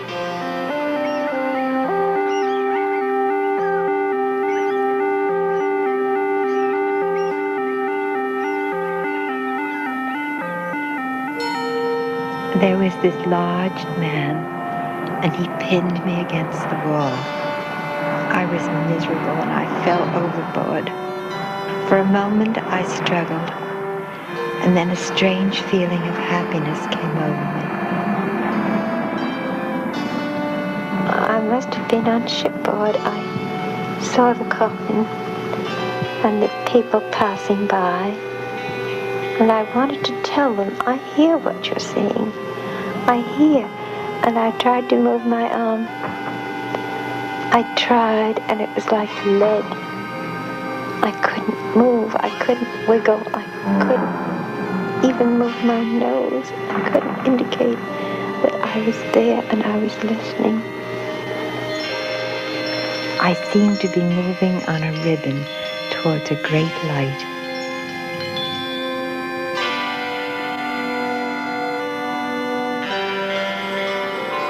What was the next sensation that followed? There were people. I saw shadows and presences and people I didn't know. But my mother, yes, I saw my mother, and there was a comforting feeling that I had found her at last. For Ruth McGuire, the session was a revelation. The controversial concept of karma made sense to her and seemed to explain so many things. Whatever she might have suffered in past lives only seemed now to increase her chance of serenity in this one. Dr. William Yaney is a psychiatrist who has devoted years to the study of reincarnation and the laws of karma. Where I sit, I really see life as really a schoolroom. We're living in a very, very narrow spectrum, a very narrow dimension, as our parapsychologists are beginning to describe to us, tell us. I really see what we've got here is a soul utilizing an expendable body, so to speak, in a lifetime, a given span of time and space, to learn something. Dr. Yaney believes the vast and complex cycle of birth, death, and rebirth must be controlled by a higher order of intelligence. Someone must be minding the store, so to speak. Who or what that force is remains one of the great puzzles confronting mankind.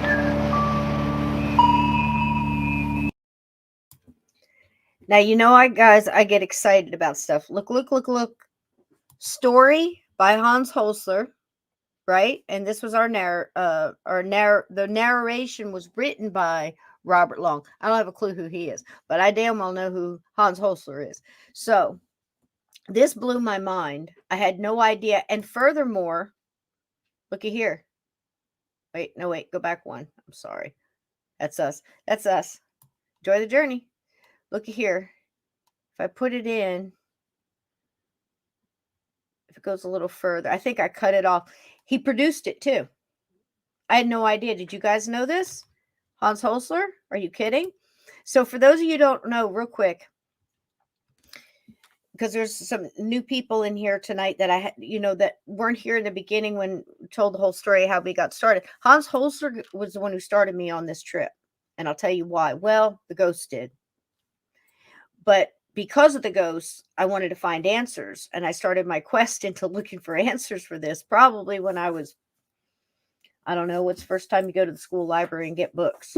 I can remember on the bookmobile that used to come around, we'd get a little bit of money. Bookmobiles come in Tuesday, you have to go to your mom and whatever and get some cash. And you go up with your $3 or $4, whatever it was back in the day, and pick books. I was always looking for ghost books. And they were always trying to give me the thing that goes bump in the night books. And I was always, I want the true ghost stories. I mean, I didn't know occult. I knew the word. I certainly didn't understand it. The hidden, is all it means. But section in the libraries. I'm talking real young. When people are doing kids books, I was always that crazy person looking at the believe it or nots and the weird and wonderful, just like Steve, very early. So many of us started early like that. But when I started getting really serious and digging down, I'm about 11 or 12. I'm going around used bookstores and libraries looking for real ghost stories and somebody who could really explain, really knew what they were talking about, and really had an approach I was looking for to try to begin to understand not only what was happening to me, but obviously other people too. So if it was UFOs or whatever, mostly ghosts, I was interested. And I had a job at a bakery called Freeman's Bakery in Belmar, 10th Avenue in Belmar, New Jersey, by the Jersey Shore. I had to wear the little white nurse's outfit back then and little white shoes and the whole nine with the little red and white striped string and the white boxes. That was that kind of bakery. Probably 6:30 in the morning. I'm riding my bike there and working. It was my first on the books job. And there's a little used bookstore next to it. I'd get paid and I'd go there and a lot of my money would go in that bookstore. And I one time pulled out a book that was called Ghosts I've Met by Hans Holzer. I read the back of it, flipped through it, looked at it. I was floored. I was so excited, but not half as excited as I was to look up and saw 3 more Yankee ghosts and something else. I can't remember. Got them all, went home, devoured them. And those books did not get turned in because you could turn in once you read the book, you could turn it in to get credit, to get some more used books. It was kind of neat. Anyway, Hans Holzer helped me on my journey to understand what the hell is going on with not only ghosts and mediums and trance mediums and what was the difference of Ouija boards and energy and conversations with the dead. And he was actually getting information that we would now call paranormal crime investigation, because so many of these things, like the Jamal Mansion in New York, not far from me, was one of the most wonderful cases. It took a long time to sort it. I won't go into the whole thing here, but it actually came out that these ghosts were in the house with each other. The husband, the wife, going back to George Washington's time, there was a lot of historical things that happened at this mansion. A lot of it was involved in got in the way of several skirmishes and major battles. Let's just put it that way. And it changed hands several times. But however, there was a murder that went on in this house, pretty much. And this woman pretty much tried to kill her husband, and it kind of went astray, and it didn't quite work out the way she wanted. But at the end, from what I understand, she didn't help the sick and dying wounded husband, and kind of helped it along a little bit. Let's just put it that way. So if you go to the museum, you're not going to really get that story. And if you go over, to different places, but when you dig through and you read in, I believe it's Ghosts I've Met, I got the book up there. And you look that up, Hans Holzer at the Jamal mansion in New York. It's an incredible story. And over time, you heard through one of the trance mediums that Hans Holzer used, I believe it was Sybil Leek that time. I could be wrong. It could have been Ethel Myers. It probably was. But either way, through her and through talking, of course, she's got no knowledge of prior whatever, and many visits, they got from Jamal the fact that he was riding on a cart, that his wife had somehow conspired with one of the barn hands, a young boy who was there and working as, just to say a hired hand. And somehow he wound up being stabbed with a pitchfork in what was called an accident in the carriage, but it was planned, supposedly. And the whole thing about how he died, he went through that whole thing about, they're burying me, I'm not dead, it's so cold. He's talking about being in the coffin. And Hans Holzer is appalled to find out that they buried him, he wasn't even dead yet. I mean, this is how quick they wanted to get rid of him. And his wife is still there haunting the same house he's haunting. And they're not constant, they're not always aware of each other. Very interesting case. That's Hans Holzer. And to find out that man, who, you've probably heard of the Holzer files, and Alexander, I've spoken to her, and she's wonderful. She lived not very far too away in New York. And the Holzer files was pretty darn cool. I liked how they went back and went over those cases again, went through it in a modern way and respectful. But Hans Holzer, and then to find out, I had no idea all this time. Ted, can you believe it? That he produced In Search Of. I knew he was on it a couple times, but I never put the two and two together. That's pretty neat. He does another one with a really good In Search Of ghost episode that we've showed here, lucky enough to see here on this show. So anyway, I thought that was very interesting. The reincarnation, everybody's ideas on the reincarnation, I love them all. Jack, you're 100% right. The trauma. Why would we choose to come back if we know we're going to go through that? We talked about that a little bit. Kevin and a couple other people in here were throwing up stuff about it's, they're tricking you to come back so we can come back here and suffer, so we can produce the fear and the negative energy, and that energy that they feed on, the evil. We know that's out there. We know there's entities out there that feed on that and get energy from that. Is that a plausible thought? I would say, yeah. But what I know is the same thing that we were talking about in the beginning. Know it. We've all seen it. Aunt Edna, Lindsay, so many of you guys in here, so many, Ted, you know it's true. That energy, that the core of you, your light, your life essence, your chi, all of that starts in you. Said it in the intro. If you were here for the music in the beginning, that's not just to raise your vibration with the music and everybody coming in and throwing out haze and how you doing and bacon and smiley faces and hearts and farts and the whole thing. Just so glad to see each other. All of that energy combined gives us enough energy to get through 2 hours of talking about maybe something really dark. And then we've got to go back out into the world and do another week out there in that absolute roller coaster. It's like Mr. Toad's Wild Ride out there, guys. There's not one of us, in here, no matter where you are, that's not seeing some kind of crazy shit going down around you. Right? That's why I recommended beer farts. That's why I recommended, packing the boxes, because it's something nice that you're doing that you haven't even gotten to do yet. It's a double whammy. And if you put that out in the universe and that intent, and you're packing that box with nobody particular in mind, do one for you for sure, because it's something easy you can grab if you needed to fast, right? Just think about it. It's a positive thing, and it's cheap.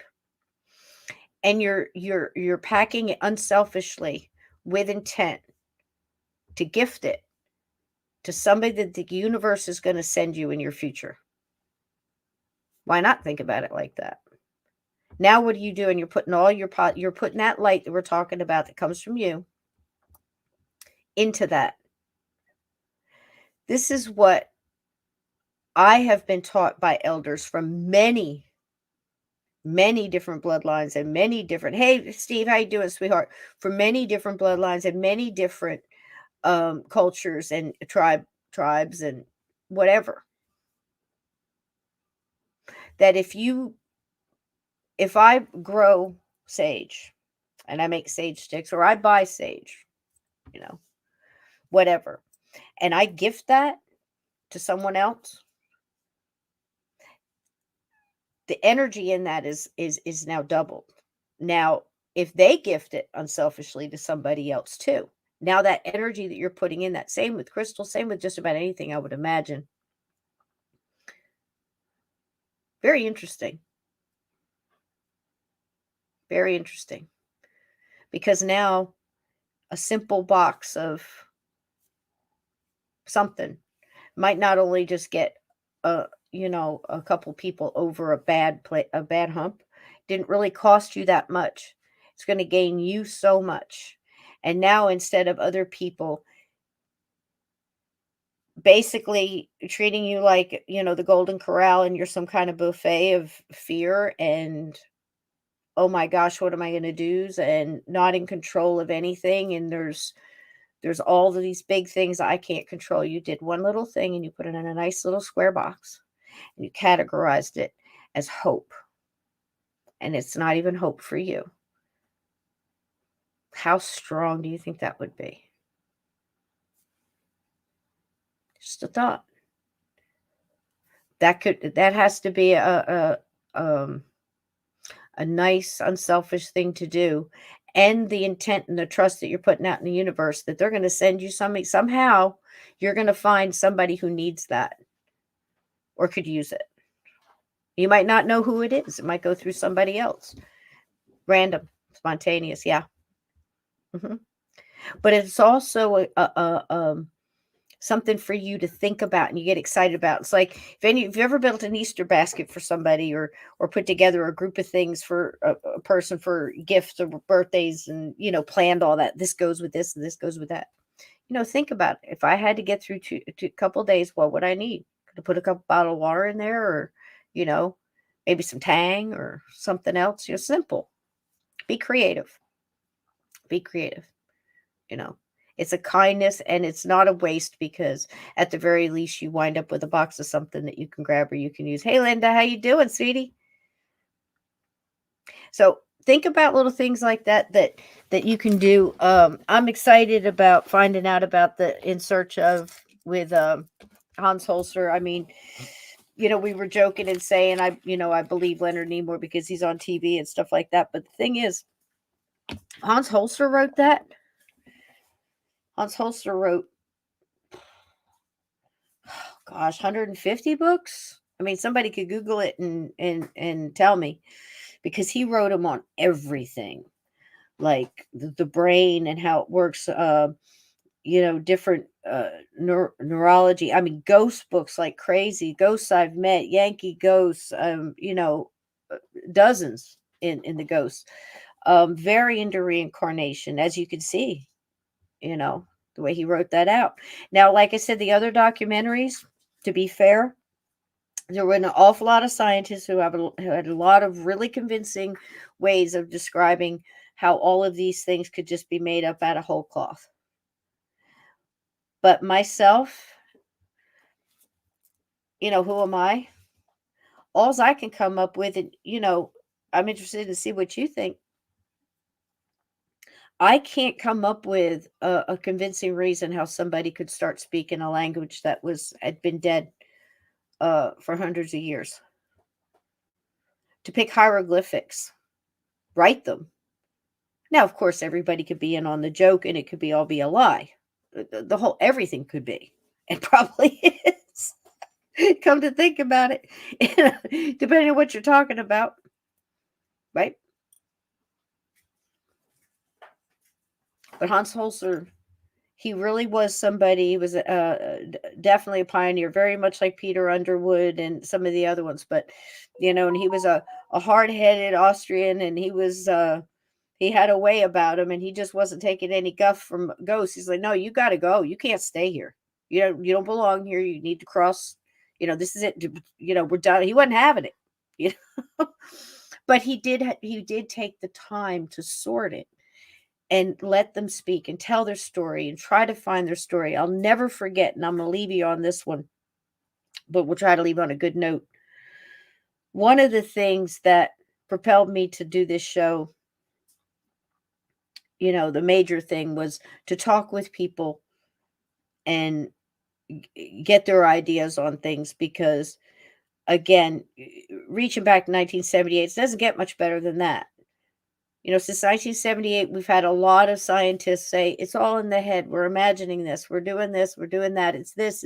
And they've got a lot of fancy words, quantum entanglements and physics and everything else. And I'm not disputing that. What I'm saying is, a little girl was born and continuously told her mother that she had another family. Are we going to see them? And they live in this town. This is the name of the town, and it's a blue house. Blah, blah, blah, blah, blah, all right down the line. And then somebody helps that child, and they look back, and not only do they find the town and the blue house, but family is still connected enough to find. And then this little girl goes and sees her who was her younger brother, but is now a 70-year-old man. And she's telling him stories of things that they used to do when they were kids together. 1,000 stories like this. Explain that to me. And some of the other flippant things I thought about in reincarnation, you hear a lot, is, why is it always somebody famous? It's not. None of these people tonight were anybody famous. In fact, that's a big problem, because a lot of people remember I was a boy. I was climbing. What are you wearing? I'm wearing sandals on my feet. I've got, this and this, and they're describing clothes that maybe like a sheep herder or something would wear back in maybe, the Middle East, or, and I mean, they had it down to what the air felt like and the timing, and he could look up and he could tell her the stars, and they figured out where he was from that. But they couldn't get more than his first name. He was a young boy. He was climbing a thing. He slipped on a rock, fell in between, and he died. And he died slow, but he remembers the last thing he did was looking up at the stars. You tell me how an 8-year-old boy or 9-year-old boy is going to tell something like that you can research in some cases. Those are just the ones they can research, you see. But it's not always somebody famous. And I think a lot of us here know darn well that this probably isn't our first time around. A lot of us seem to be convinced that we don't want to come back again for whatever reason, whether it's to fear and suffer so that they can, whatever negative, nasty mess is messing with us, wants to be fed. Well, then this time around, at least with the people in this chat and listen to this channel and all the wonderful guests and things like that we've had on here for going on almost 500 episodes plus radio stuff for decades. And if Steve was here, we could say over 100 years. Then all of those people together thinking the things that I know we think, even if we don't have all the answers and we're just trying to sort it, we know one thing: free will, love lasts forever, energy doesn't get destroyed, it just changes, and life goes on. We know these things. In our soul, we know them. And we know that the light is stronger than the darkness. So if they did trick us to come back in here again, and it wasn't our free will, we just think that, not getting fed much. Starve them. Starve them. Don't buy into their propaganda. Don't buy into their fear. Sort it. Handle what you can handle. Put the rest in the category it needs to be in and move on. Adapt and overcome. Because your light is stronger than their darkness. Your love is stronger than their evil. And if we were here, if we incarnated to be here at this time, we know this. And this is why we're here. Glad to be here with you. And I hope you had a good night. Sorry I rattled on so much, but I thought it was an important show. Because I bet you a lot of people in here know exactly what I'm talking about. The good wins this time. I love you all. Have a little music on the way out. A little something to smile about. And hope to see you tomorrow night. I'll be here with Steve. We're going to talk about finish up Haunted Theaters. He's got a couple of stories he'd like to tell. So come on back for that. Hit the like button on the way out. Thank you, mods. Everybody in here, just absolutely wonderful. D-Rock, I love you, baby. And Frozen Moments, thanks for coming in. Lindsay, I love you. Honey, please stay safe out there. Hey, if you need me, I'm here. DM me. I don't know what I could do from Jersey. I'm behind enemy lines over here, too. So, you know what I mean? We're all filling little boxes with hope. So, like I said, find something that keeps your light on. We're going to keep the lights on here for you. Oh, D-Rock, thank you so much. Thank you so much. What a way to go out and end the show. I turned 36 years old. Oh, honey, happy birthday. Oh, we got to sing. It's also my great-grandfather, Julius Mantello's birthday, June 11th, 1886. Wow, he would have been 137 today. Well, Mr. Julius, I'm sure that since we've connected into your energy, you hear us, sir. Happy birthday to you. And thank you for carrying on so your bloodline can carry on and be here in this chat tonight. Thank you, D-Rock. Thank you for your kindness and your super chat. I appreciate you very much. I love each and every one of you. And, if you can't share it out because it's a funky subject, I know I'm an acquired taste. We all know that. We accept it. We're just a little goofy. But we're a great bunch, and I appreciate you all coming in tonight. What did I learn? I learned that I believe in reincarnation. For whatever reason, I don't have all the answers, but there's too much going on, just like all this other shit, for there nothing to be going on. We may not ever always have the answers. May not find out, may not be supposed to know. But it's fun trying to sort it, isn't it? I love you guys. Happy birthday. Can I sing? Or are they going to charge me like $5,000? They say it's your birthday. Da-na-na-na-na-na. Boom, boom, boom, boom. Happy birthday, sweetheart. Thanks for being here tonight. Ted, I love you. Jose, good to see you tonight. Linda, thanks for coming in. Everybody here tonight. The best mods. And I'll tell you what, nobody had to bake any of these in a very long time, but we love looking at it. The mods are absolutely something else, and absolutely on the way out to help you with that light, Sister Felicity Immaculata, Mother Superior of the Order of Eternal Indifference, sends you blessings on this day. We love you all so much, and we are rocking. I'm so glad y'all came in tonight. I love each and every one of you. Here's a little laugh on the way out. Good night, everybody.